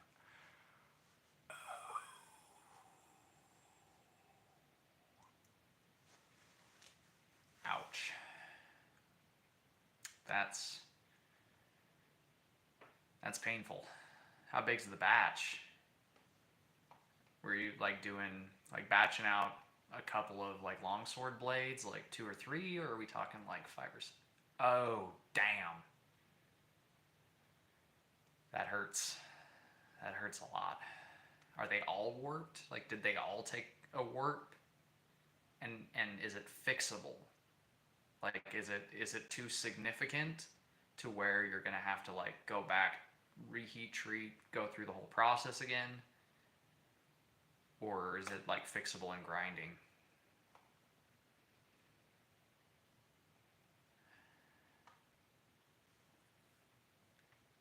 Because that can be quite painful. I've had swords warp before. That's why I kind of stick to doing them one at a time. 2 blades at 34 inches. One of them is not warped though, but nervous about the bevel width. 203. Oh man, that sucks. Hopefully you can fix them without having to do too much. Are we talking like so let's say this is edge side. Did they warp side to side? So 3 have warped, however, I believe it's fixable with a wooden stump. Okay. There's sound now. Okay, so it's probably just an issue with YouTube. Wooden stump and leather mallet. I've never done it, but I've seen the carbide hammer used to straighten too, with the, like, you take a ball peen, drill a hole in it, embed a piece of carbide in it, and you can use that to tap the hardened steel, but it's real risky. You can fracture your blades that way, especially after temper and hardening. Well, less likely after temper, but when hardened, it can happen. The leather and rawhide mallet can work. Hopefully it's fixable. They all work side to side. They didn't saber. They didn't twist. Like, they didn't twist on you or anything. They just kind of did the lean. So yeah, you should be able to fix that. As long as they didn't set too hard in that way. Because if they get set like that, then they might decide to stay that way.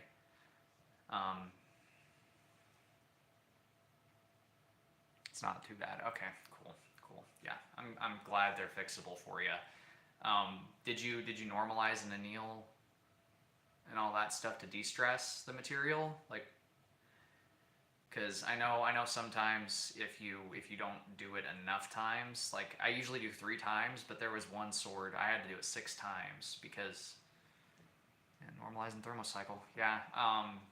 What did you start with? Did you start with coil spring? Because I've noticed coil spring, when I use coil spring, has a tendency to do that if I don't normalize a few times. It was in the tempering. Maybe some uneven heat, or maybe there was pressure if it wasn't sitting on a flat surface or something. That can do it. Uneven heat can do it if your tempering oven isn't putting out heat in the same exact way across the board. Like if you have a cool spot in your oven, I know that can do it, because then it's gonna relieve pressure at different rates, so to speak. That's shitty, man. I hope you can get them fixed, because I'd be more than a bit upset. I mean, I'd be pissed, to be frank. Especially if it was a whole batch of 4. I can't imagine. I do them one at a time.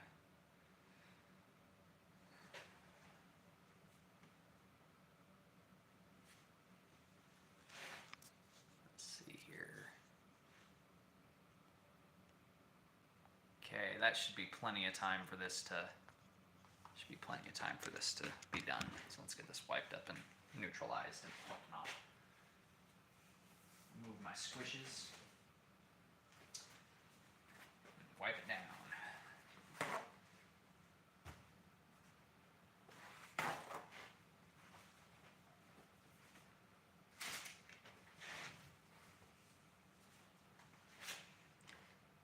So where I do my work, we don't use an oven because we don't have one long enough. What we do is heat up oil in the quench tank. Ah, oil bath, yeah. Oil baths usually work a charm, man. I'm surprised that it did that in the temper. I've never had an issue with an oil bath, personally.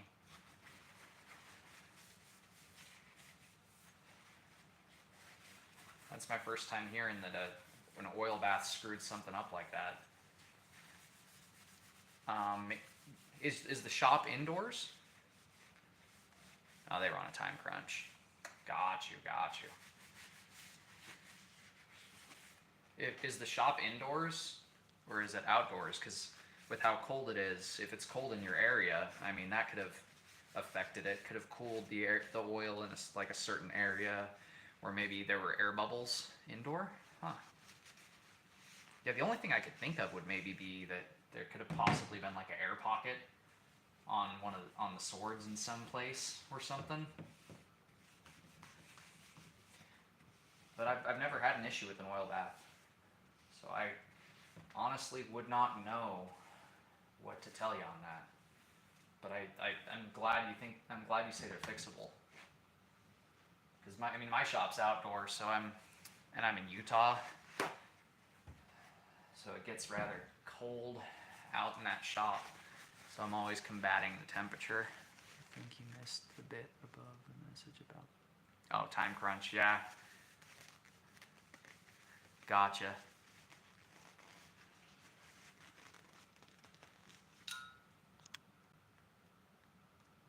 Oh, gotcha. So are you batching them out for a client then? Is it for like a big order?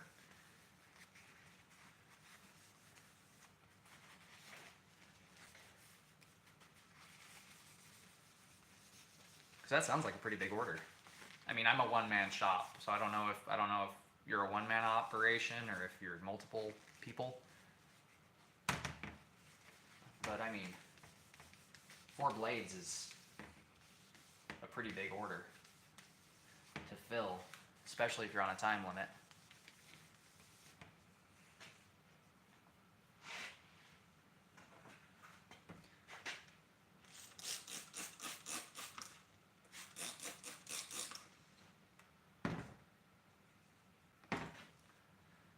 One is a commission piece, the Sword of Martin from the Redwall cartoon, 2 are going to be on the table for Ren fairs, and the 4th is going to.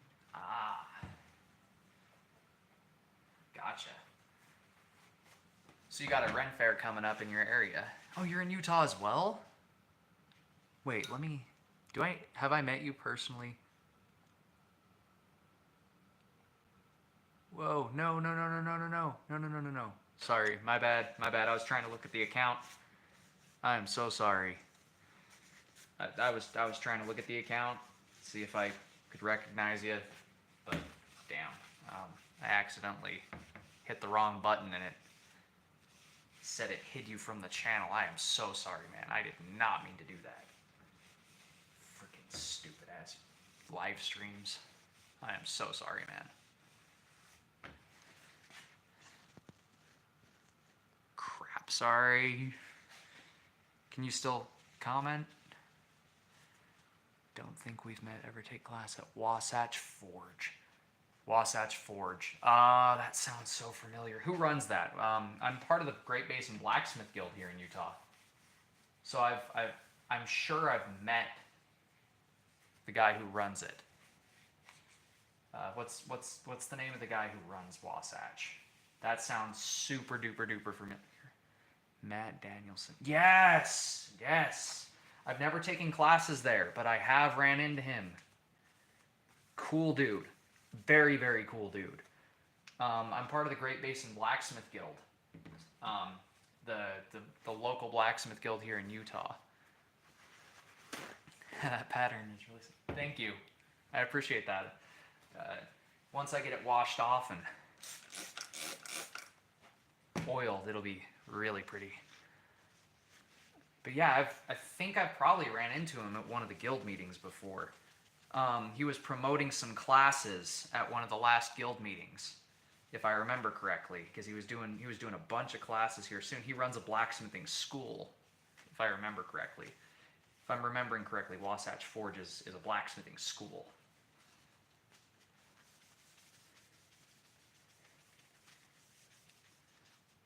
Yeah. He was at the meeting that Mark Asprey was at. The one where Mark Asprey came and gave a demonstration on forge welding and making some latches and stuff. I remember seeing him there and a couple of other times at some of the guild meetings. He's a really cool dude, really down-to-earth guy. Knows his stuff really well.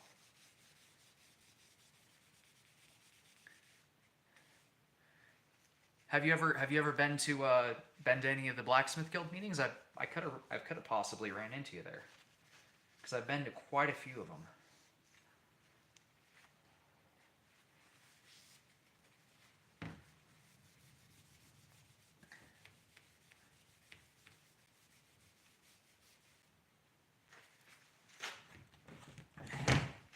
So before we wash it,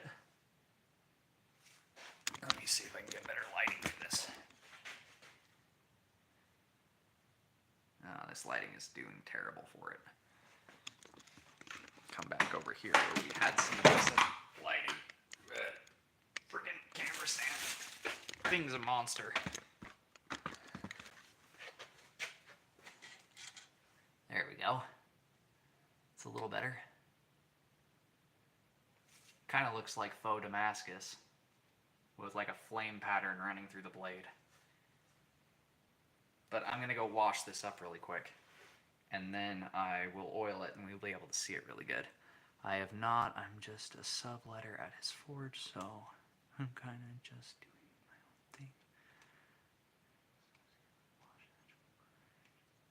I got my own shirt. That's funny. That is actually really funny. That seems like something he would do.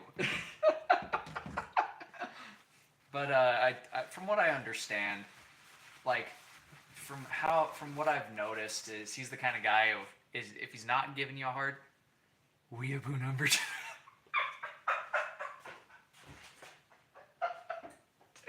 Oh, I like that. I like that. In my experience, he's the kind of guy where if he doesn't tease you, you're doing something wrong. If he likes you, he's gonna tease you. Oh man, that's freaking hilarious. Yeah, I remember he was talking about doing some classes. I think it was some steel making they were doing. I think they were doing some crucible steel, possibly, or some wood steel. 2 other guys were all supposed to had to have an argument to see who was Weeaboo 2 rather than Weeaboo 1. Oh. So you got stuck with the number 2, huh? Okay, I'm gonna go give this a quick soap and water wash on this blade, and then I'm gonna hit it with some oil. Oh, there we go. Now you can start to see it pretty good now that it's starting to dry. But that pattern's really popping. That's really cool. Hey, thank you for commenting, Jackery. I really appreciate it, man. I'll have to talk to you more. You're getting a new name soon, just because there's not 2 of you. Well, damn. I wish you the best of luck with the naming process. Tell him to make it something cool. Actually, don't do that, because he might decide to give you an even weirder one just because you told him to give you something cool. But I'll be right back. Give me just 2 seconds. Get this rinse real quick.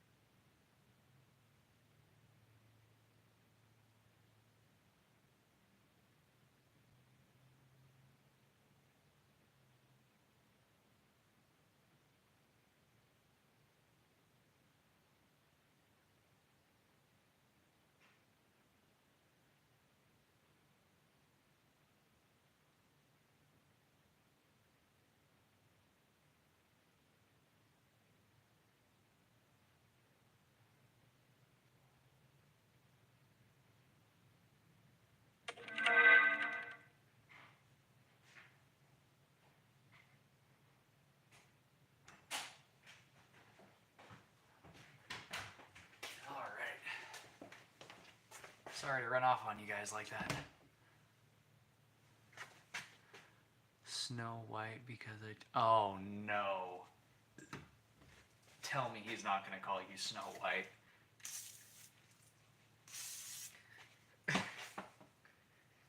That's rough.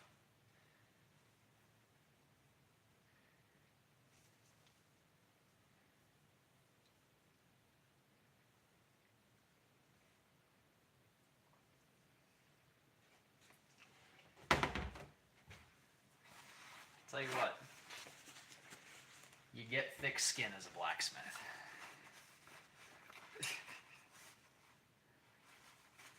That's for sure.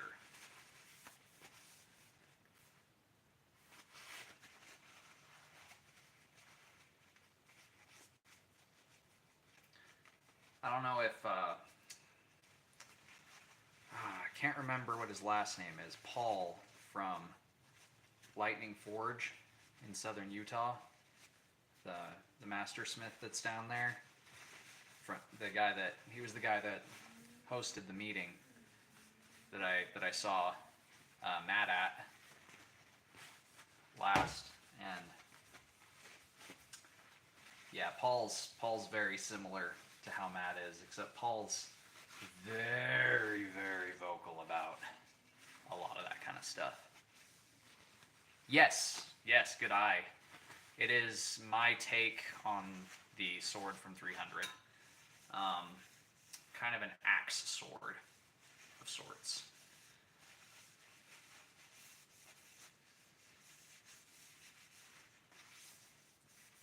But yeah, this is basically my take on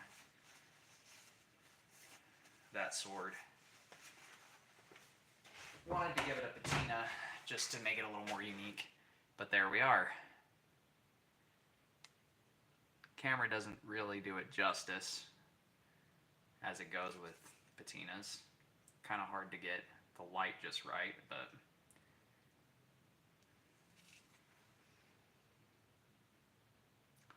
yeah, it's crazy. Let's see if I can get, maybe if I angle it down and get it into the shadow. No. It's really hard to get the lighting right for something like this. But yeah, it's my take on the sword from 300. Quite a beastly chonker of a sword. It's about 3 pounds, 12 ounces, guards included. Quite a monstrous thing. But the patina, I don't know, Jackery, what do you think of the patina? I mean, camera being what camera is. Really wish I could get the camera to actually show it off for what it's worth, because it just looks really cool to the naked eye.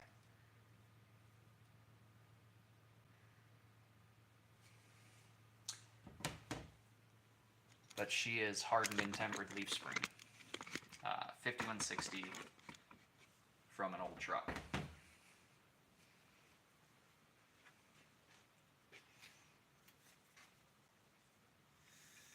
Yeah. Kind of like blood veins with a little bit of a... There's a lighter pattern that the camera's not really picking up from one of the sets that I did on it.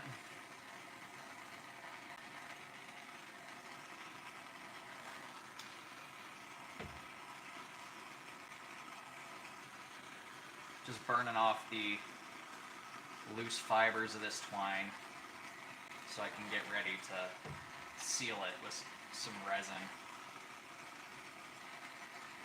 before I call it a night.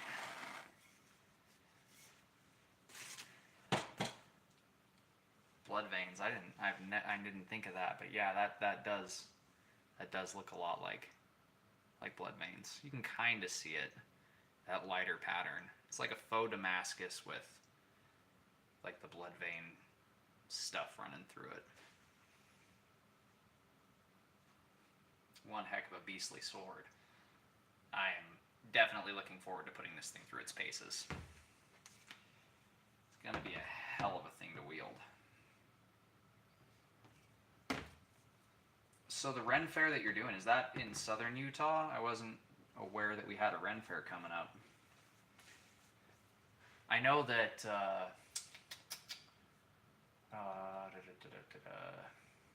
blanking on his name. He's one of the master smiths. He does a lot of stuff with Ren Fairs. Runs Blue Rose Forge. A stack pattern. Ooh, that would be pretty. Yes. 1,000 times yes. Do you have stuff here on YouTube, Jackery? I will make sure to subscribe to you. That way I can see some of your stuff too. Because I always like looking at other dudes' stuff too. That sounded really wrong, but you know what I mean. Other Smiths' creations. Oh, come on. This damn bottle's busted. Here we go.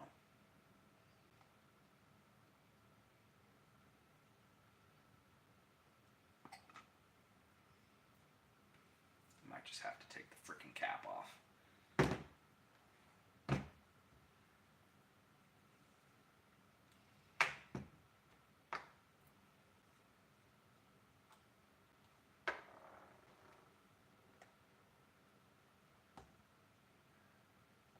Something. I don't have any blacksmith stuff, just dumb videos from high school. Oh, disappointed. That's okay, I'll still subscribe to you though. Help boost your numbers. At least that way we can stay in touch.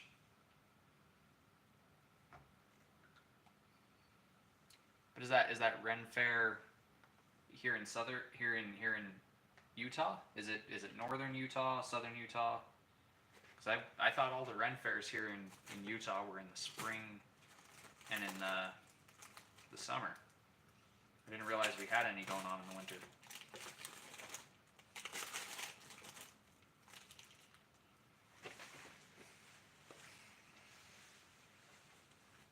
Oh, okay. Happening in May. How do you get in on, like, getting to be a vendor out there? Have you been going through one of the guys, or does Wasatch Forge have a setup there? Because I've been thinking about trying to be a vendor there for a minute, selling some of my wares. I'd love to get out and do some of that.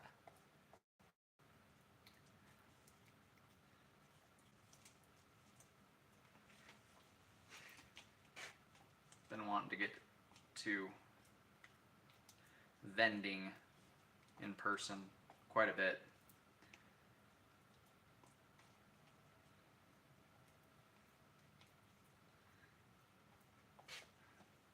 I'm not my own vendor. Wasatch has its own setup. And I'm welcome to be a part of. Ah, gotcha. So I'd imagine you have to have like a business license and some other prerequisites in order to participate in such tomfoolery. If you're trying to be an independent vendor. Because I know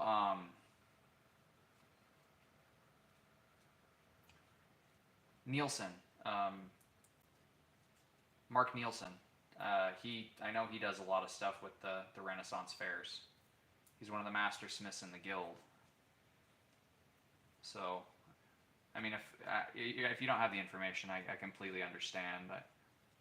I'm just curious. If I need to, I can get a hold of him and find out more about it. Because I've seen him demonstrating at the Ren Fairs quite a bit. Back before I even started blacksmithing, he was doing stuff at the Ren Fairs.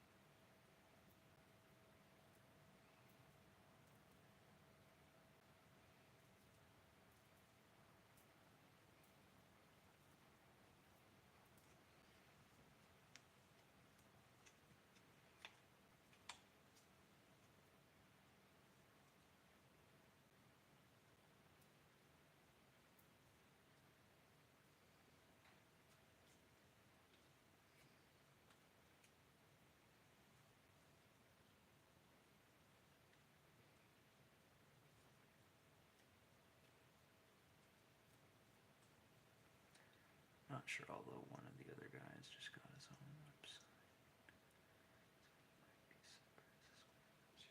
website. Okay, cool. Yeah, I'll have to get a hold of Nielsen and see what he can tell me about getting set up as a vendor there. Because I've been wanting to do it, and I still have a pole arm. I still have lots of swords, several daggers, knives, short swords, things like that. And it would be really cool to be able to get in front of, you know, that type of an audience to promote things, or at least start spreading my name around.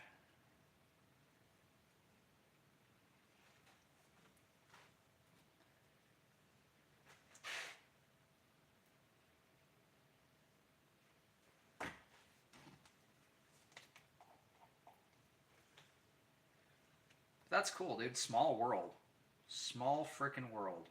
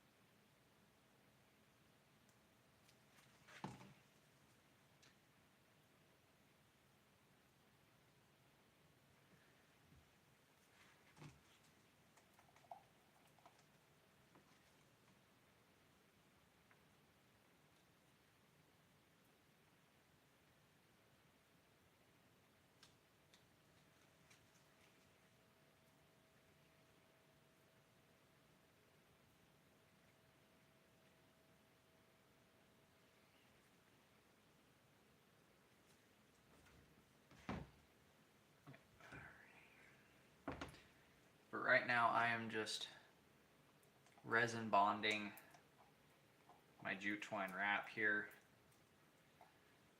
That way it can harden up overnight.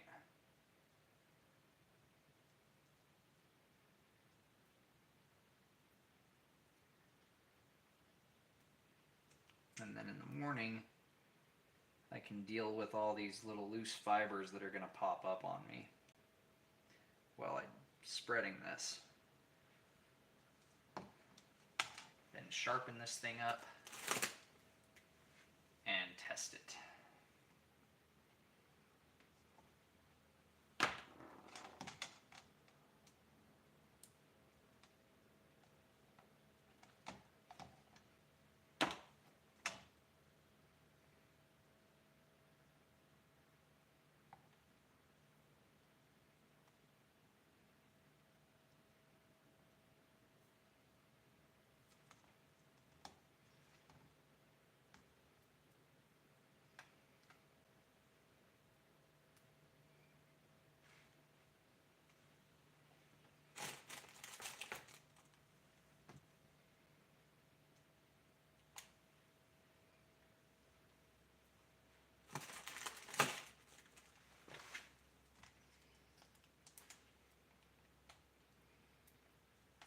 It's a small world.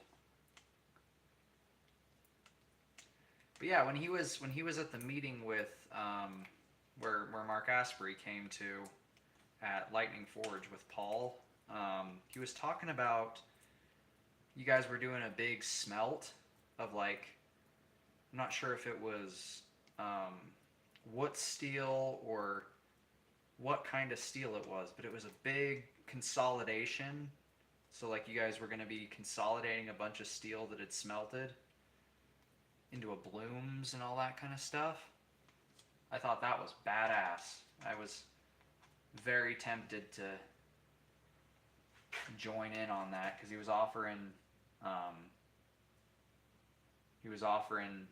and letting everybody know that it was a thing that we could pay to come up and do. But I've been caretaking for my father following a double lung transplant. and I wasn't really able to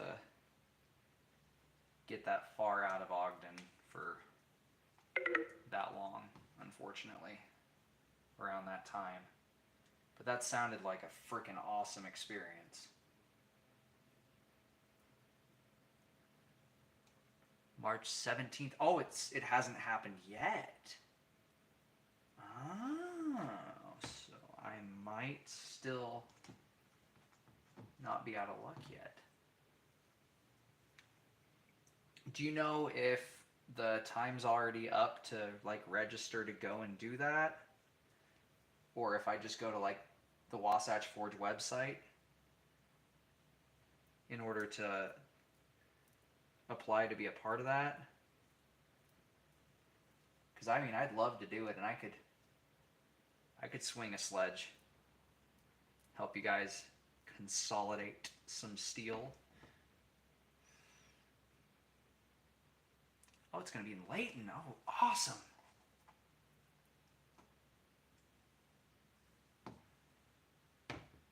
Yeah, do I go, like, do you know if I need to just go to like the website to get a hold of him there, or if I should try and get a hold of him through like some of my guild contacts that know him? Because I know I could get a hold of him directly through them, probably.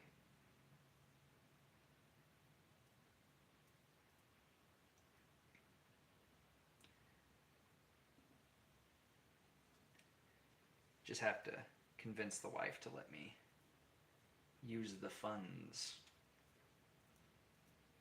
Because I know I think it was like a couple $100 or something like that to be a part of it for the 2 days.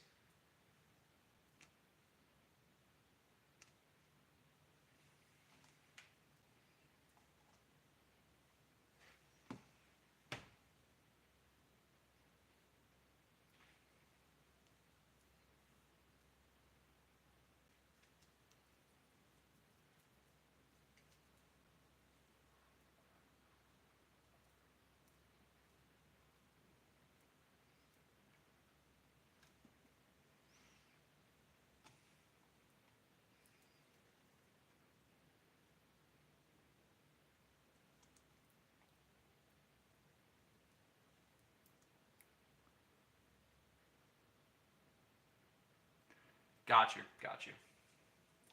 Okay, yeah, I'll hit up the website and check it out. It's just wasatchforge.com, right? Or am I thinking incorrectly here? Because I want to make sure I go to the right website, obviously.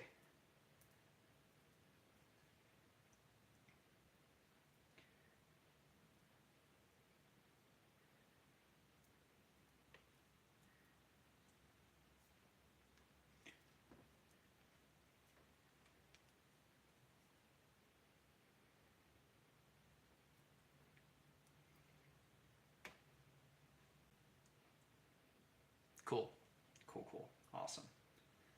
Yeah, I'll have to check that out for sure. Because I would love to be a part of that. Okay.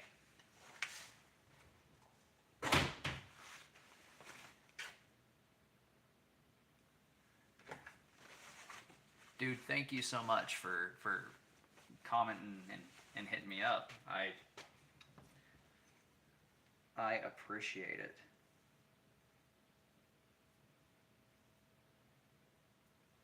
It's crazy how small the world is sometimes, man.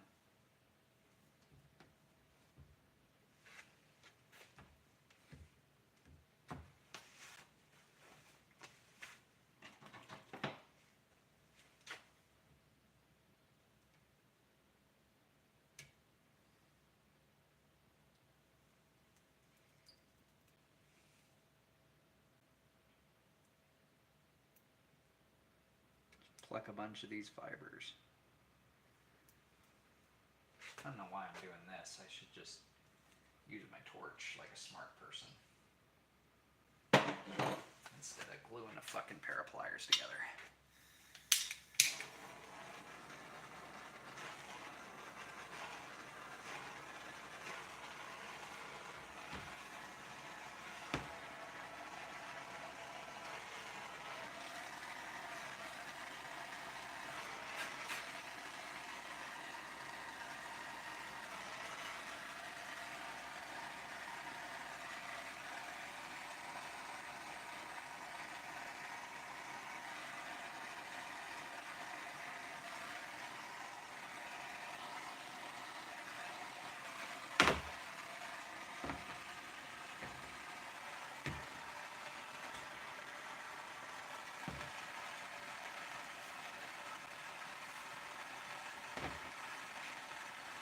want to get the epoxy from my hands on this stuff.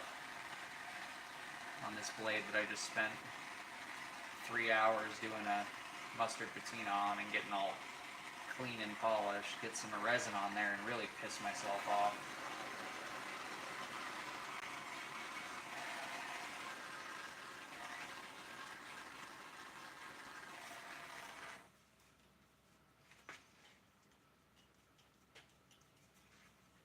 Oh, for sure, Chris. For sure. It should be done here in the next little while. Well, it's pretty much getting finished right now. Like, I'm putting the finishing touches on it right now, aside from the sharpening and whatnot. But now it's going to take a while for that resin to harden. And once that resin finishes hardening up, we'll have a solid handle on this thing. Nice kind of inverted Coke bottle, almost coffin-like shape. Got the blade all finished up with that patina. You can kind of see it pretty good there in that lighting.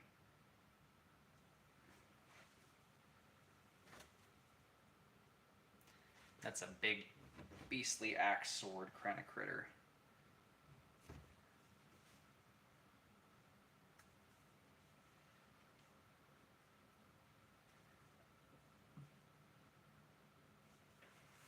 But yeah, tomorrow will just be the final touches.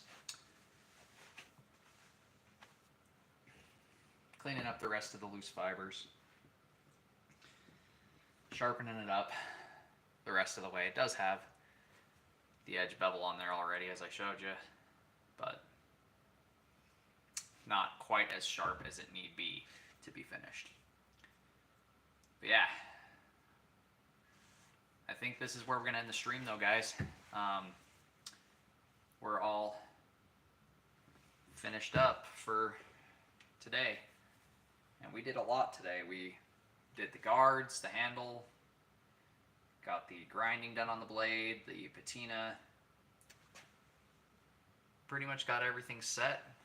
I will be doing the testing video for it like I do for all the stuff that I do. And yeah, all that jazz. Like I said earlier, Chris, I will, on my TikTok, if you go over to my TikTok page, it's the same as my YouTube channel name. I post all of the short form stuff over there way earlier than the long form stuff on my YouTube channel. So if you want to see the cutting testing and the testing out of this blade before, you know, a few months from now, I would say either tomorrow or the next day, check out my TikTok, and you should see a video of this beast being tested. But that does it for today, and I'm gonna go inside, wash my hands, eat something, kiss the wife, all that fun stuff. So it was good talking with all you guys. I hope to see you guys on future videos, and I'm definitely going to be doing some future streams here on YouTube. So I'll be looking forward to seeing all you guys on the streams. Thanks for chit-chatting, Chris. Thanks for talking, Jackery. I'll make sure to follow you so that way I can chit-chat with you guys on future stuff. And thanks for the info on the Ren fairs and on that smelt that's going down, man. And until the next time, God bless. Stay sharp out there, and I'll see you guys in the next one.